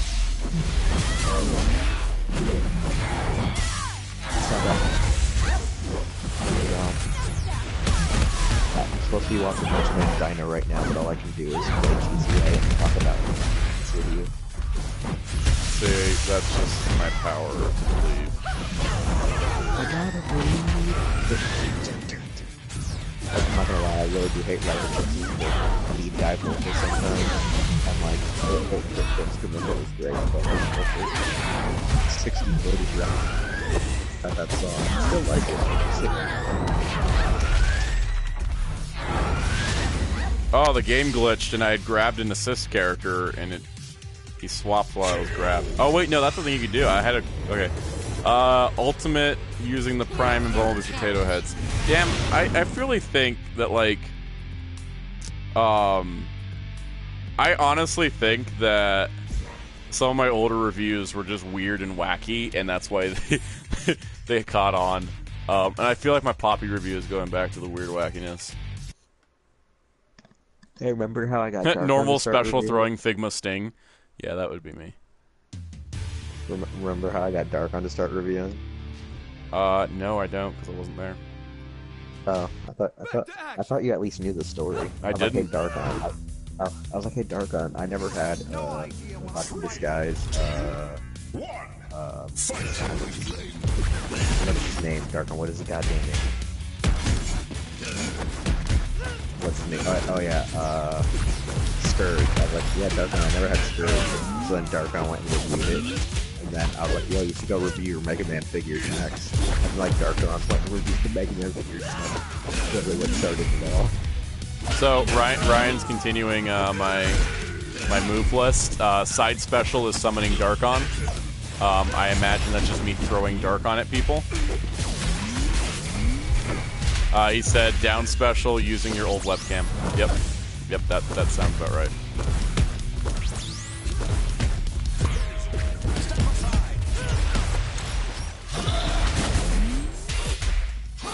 Or you're nuts.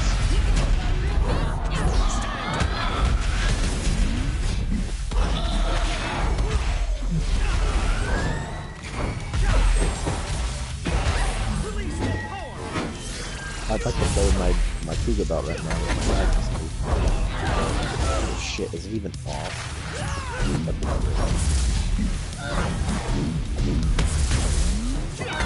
That'd be pretty fun.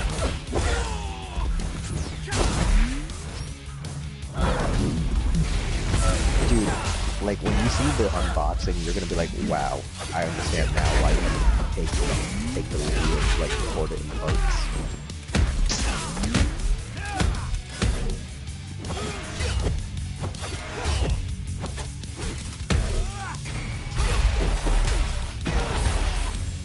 No, he's not. They're just jumping to conclusions. Watch the actor does show up, but he's not G. He's just another. Well, it wasn't even him that was in part of the whole conspiracy campaign. It was just like the girl from the special. Oh. And I'm like, that could just be a casual, like, recurring actor thing. Not that it's a G reference. A bunch of retards. They're like, oh, actress from the G special is on a Kamen Rider set. That must mean that G's coming back. Except, no, it doesn't, because that's not how this works. Because she's been in stuff before. She's been in Sentai.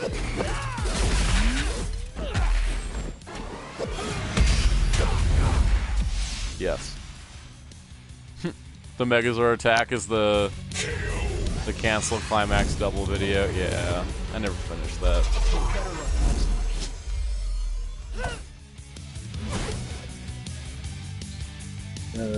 No, guys. He turns out to be the guy who created the Guy Sorg armor.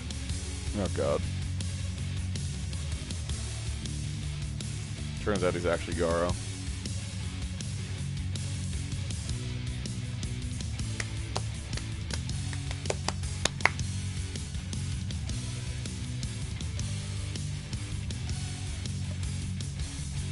It's pretty good for a Bandai of America toy.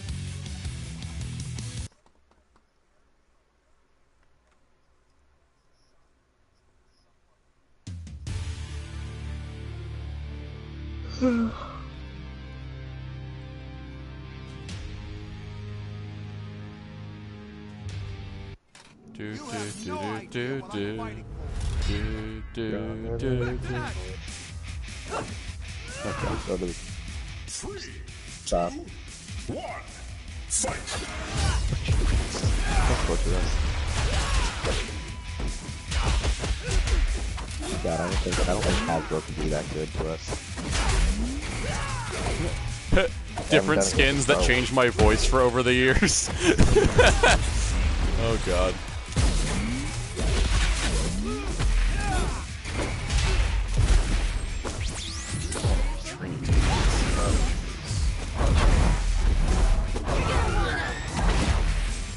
Hey, ever notice she takes a lot of damage fast? Yep. She has more health than everybody, but she takes a ton of damage quickly. Maybe she needs an extra support.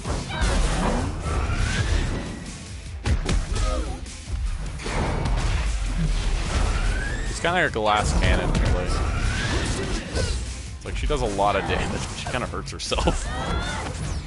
Heart reflects life. Don't play that.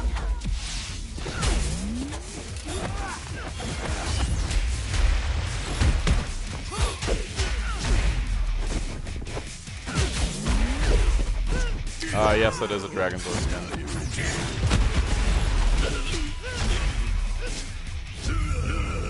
Goldar, crush them. Goldar, you missed.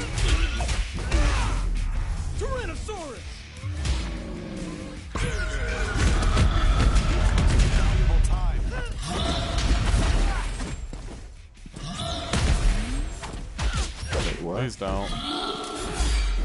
Oh no, not that one. Engage. That comic was horrible. I remember Ben was like, it's an alright story, but I don't feel like I should have spent $8. I know, I was like, I just spent $8 for a bunch of useless filler.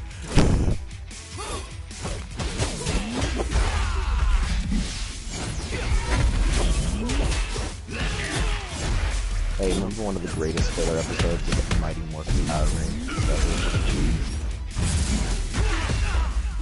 The Crystal of the Garage. Oh, God.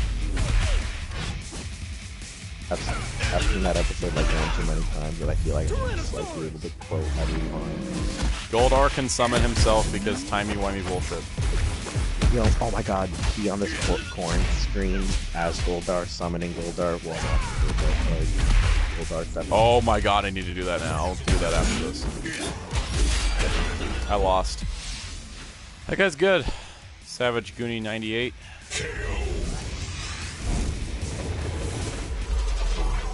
Better look. Actual laser visioning. By the way, Will, did you see the Kickstarter exclusive storage box for Heroes of the Grid? Has Goldar with laser eyes just splattered across the front of it. I need to go look at this now and be like, you coward. I'll link it to you. Don't worry.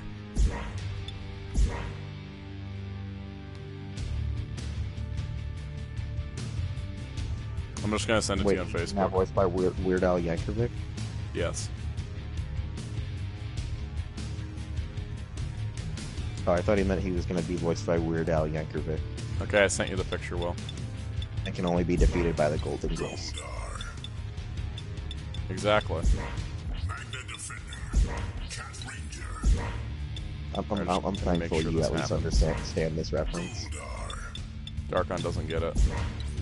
Remember how long it took you to actually watch that Thanksgiving special? I know. What is Heroes of the Grid? I've seen it, but I don't understand what it is. Heroes of the Grid is it's a board game featuring Power Rangers. It's played via miniature figures and cards. It's a cooperative game for 2 to 5 players, and the goal is to work as a team of Rangers to defeat 2 monsters and then a boss character to win the game. And meanwhile, you have to fight putties and other kinds of things along the way. And it was a Kickstarter campaign that started out with the base game, and they had a bunch of expansions and other things. And now there's 3 Goldars on the screen. I want to make 4. Here, someone kill Cat. Anyways, so it's kind of like HeroClix in the miniature aspect, but it's a lot different. Does HeroClix use cards? I don't think HeroClix use cards as much. It had some cards, but it wasn't heavily related. Yeah, it was like character stat cards, but not like some cards were in the game, but I don't remember it being heavily reliant because I used to play Smash. Right. I played HeroClix for a while. The basic setup is that you have like different locations and different monster deployments that can deploy to different monsters. And essentially what you get with that is that you get it's a cooperative game. Like it's hard to go into all the details. There's some videos out there on there. There's a channel called Geek and Sundry that did a whole like 2-hour playthrough of the game and a how to play video. So definitely check that out if you'd like. Hold on, I'm gonna do 4 Goldars on screen right now. Oh damn it, I switched to Magna. And they switched. Oh god, I screwed it up.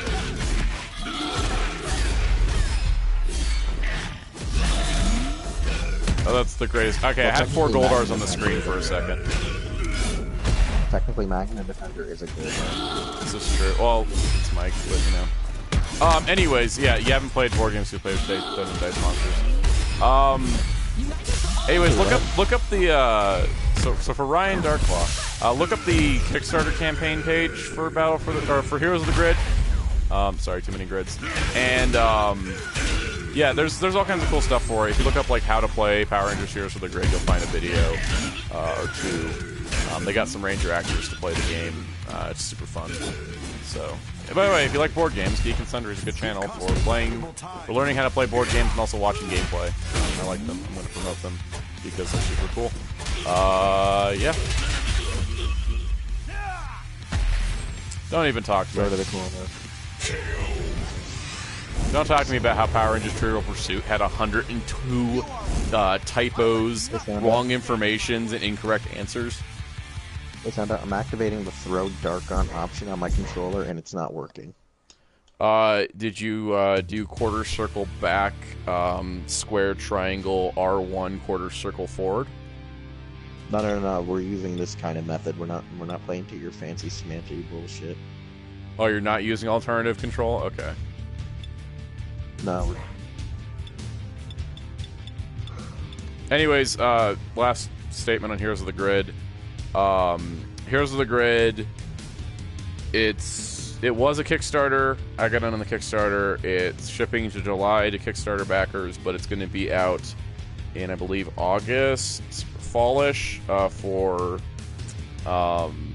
retail release through game stores. I think GameStop's got a pre-order. A few other sites have pre-orders. So check around if you're interested in it.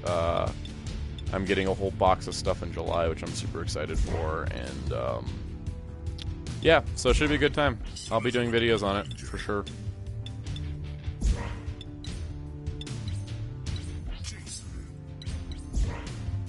How would you feel if Power Rangers made Tokyo like a play school series like Rescue Bots?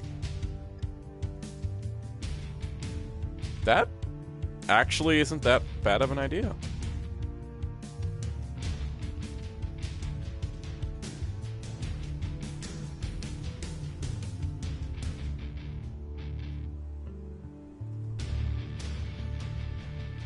Yeah, actually, that makes a lot of sense. Like, if it's a play school focused series, I mean, it doesn't mean it has to be lacking in quality, because, like, Rescue Bots is really good. But that I think would be a great way to do Tokyo, because, yeah, the Thomas the Tank Engine connection right there. It's like, that's the one train line that sells in America, and it's to toddlers, so. Yeah. Yeah, it was only one episode. Of course they did. I gotta believe. My favorite meme is Zangetsu on the phone, like, what do you mean there's a giant robot outside? Yeah. Unless they would make it like Rider Time Shinobi, is that miniseries is more lighthearted. I mean, yeah, they could do it as a series. Like, I think as a play school series like Rescue Bots, it'd be a good spinoff. Shinobi? No, I haven't watched it yet. I said I was going to watch it this week, and it's only Wednesday. I have watched Transformers Cyberverse. I really enjoyed it. I still haven't finished Transformers Robots in Disguise. I need to do that. I just forget that Season 3 happened. 2, 1, fight! Target.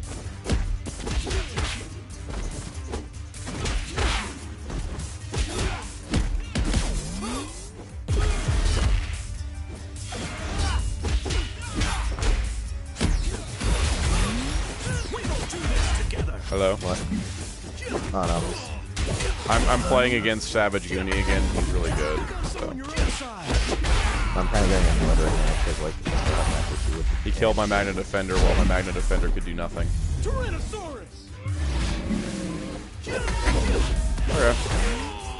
Cyberverse, one of the best series ever. Some guy who wants to act like me, Beast vs. Beast Machines are boss.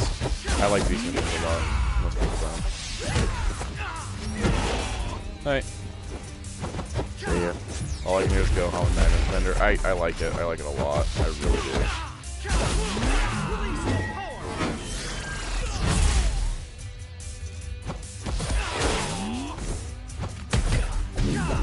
Okay, so there.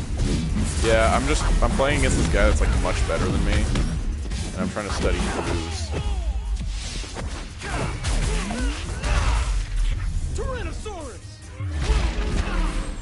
Oh, great.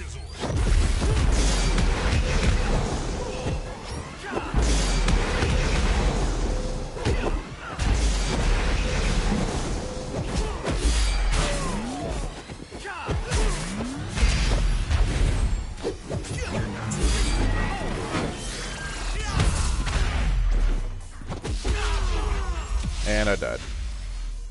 Have you read the IDW Sonic comic? Really recommend it. I haven't yet. I was kind of waiting for trade paperbacks and a sale. I have too many comics on my plate, so I try to add any more monthly ones until some get canceled, because inevitably that's always what happens.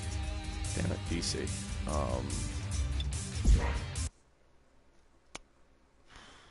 Man, I'm sucking right now. Let's go back to old Sword Team.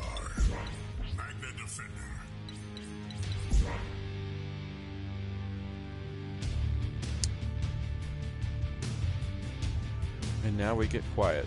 As Oh, I'm sorry. No, I'm just. what trying to time play is it? games I now. have no concept of what time it is. You never have concept of time. I don't have a concept of time anymore. I'm just kind of annoyed right now with the fact that my game is still being a dick to me. I know.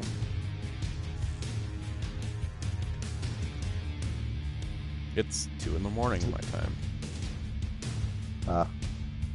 I actually do have to log off soon. Probably That's what gonna you do think. one more match and call it a night.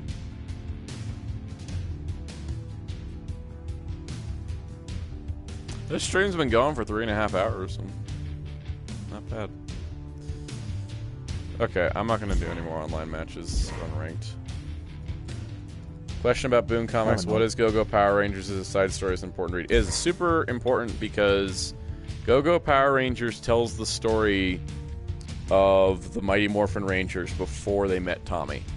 The first 20 issues is. I think issue 20 is a special length issue that, you know, does the Tommy origin in a way and starts going into the next story arc. But it is, I honestly think that Go-Go Power Rangers is a stronger title than Mighty Morphin has been. And I'm very excited for Ryan Perot to be writing both Go-Go and Mighty Morphin. So it's a prequel story, and I really have enjoyed it.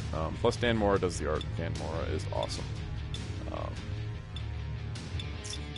Let's try to do one casual match, just of the 3 new characters. Yeah, so definitely read Go-Go. Hit good. Hit real good.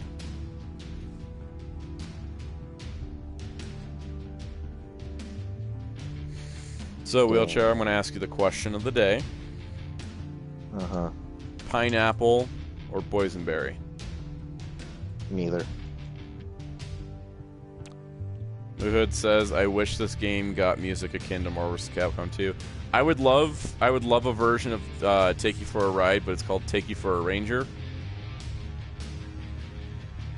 Beyond the Grid, I heard, is kind of meh. What is that?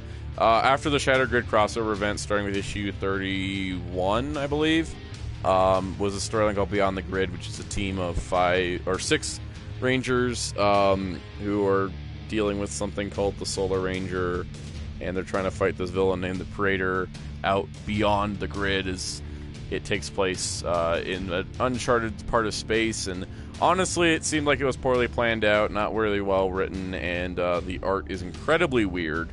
And yeah, not the best. I think that Solar Ranger's not the problem here. It's pretty easy to pin it on Solar Ranger because the whole story's about her. But I definitely think that it's a lot to do with. I think the writer is not very well versed in Power Ranger storytelling specifically. And overall, she's a newer writer to the comics industry. Kyle Higgins and Ryan Perot both have like a lot of experience under their belts. Marguerite Bennett does not. Like, you know, I like the writer as a writer, but I don't think her quality is there yet. It's like I like some of the stuff she was doing with Batwoman, but the book got canceled before she really developed. It took until like the last arc of Batwoman for her to get good, which is kind of the problem, I think, with Beyond the Grid, because it's still like in that, you know, she has not really figured it out yet. I mean, it's not that dumb of an idea. Like you have to have fresh writers, but you got to think, like, especially in the comic book industry where Power Rangers has not had comics, you have to take into consideration that a lot of comic writers don't know Power Rangers. Luckily, we had Kyle and Ryan being awesome and doing their research and delving into the history really good. But, you know, there's sometimes it's just like you get a situation where, you know, the writer just doesn't know the material as well, and they don't get, you know, material to work with. And who knows, maybe Marguerite Bennett did do her research on Power Rangers and decided to do something absolutely, completely different. And maybe that was the case. I'm not really sure what happened, but it definitely felt like we got, like, this huge high of Shattered Grid, and then Beyond the Grid was exciting, and it's like, okay, you know, we're doing this, like, you know, mix of a team of Rangers I thought was a brilliant idea. They're lost in space. That's cool. But it just didn't seem to go anywhere for the longest time, and I'm counting down the issues till it's over. Like, I was giving it all the benefit of the doubt going in. I was like, okay, this could be good. This could be fun. This could be different. But it ended up being different, but not good, not fun, and kind of depressing overall as well. So it's been a bit of a letdown, but Ryan Perot's taking over Mighty Morphin with issue 40, the Necessary Evil arc, which should be introducing White Ranger Tommy, and yeah, that should be fun. As a comics person, I can look beyond stuff. You know, the thing with comics is that you always have rotating writers because you can't have... One writer usually doesn't want to write forever. There's some people that just go forever, like Dan Slott on Spider-Man just kept going for like a decade, but just doesn't happen very often. It's just like it's one of those things where, you know, changing writers can suck. I'm glad that people are still buying the book, because I'm glad this did not kill the book's sales at all. It kept... things like sales went down after Shattered Grid, but it didn't drop so much that it's in cancellation territory, which is good that people are still supporting the book, because otherwise we might have lost it with this. Change in direction, change in writer can't kill a book if it's not what people want, and I mean that happens. Like, you know, the nice part of Power Rangers is it's still self-contained to 2 comics. For example, like the Rebirth Titans comic was one of my favorite comics at DC. But it hit a roadblock because Arsenal died in another comic book that was unrelated to Titans, and the Titans writers had no control over it. Nightwing lost his memories in his solo book, and the Titans writers had no control over it, but they still had to pick up those storylines. So the whole, you know, shake-up in the dynamic of the book changed so much that people just stopped caring. And like once Nightwing stopped being a headliner on Titans, I think the book kind of just dipped off in sales, and then it got canceled. And that happens. It's just, that's how comics are.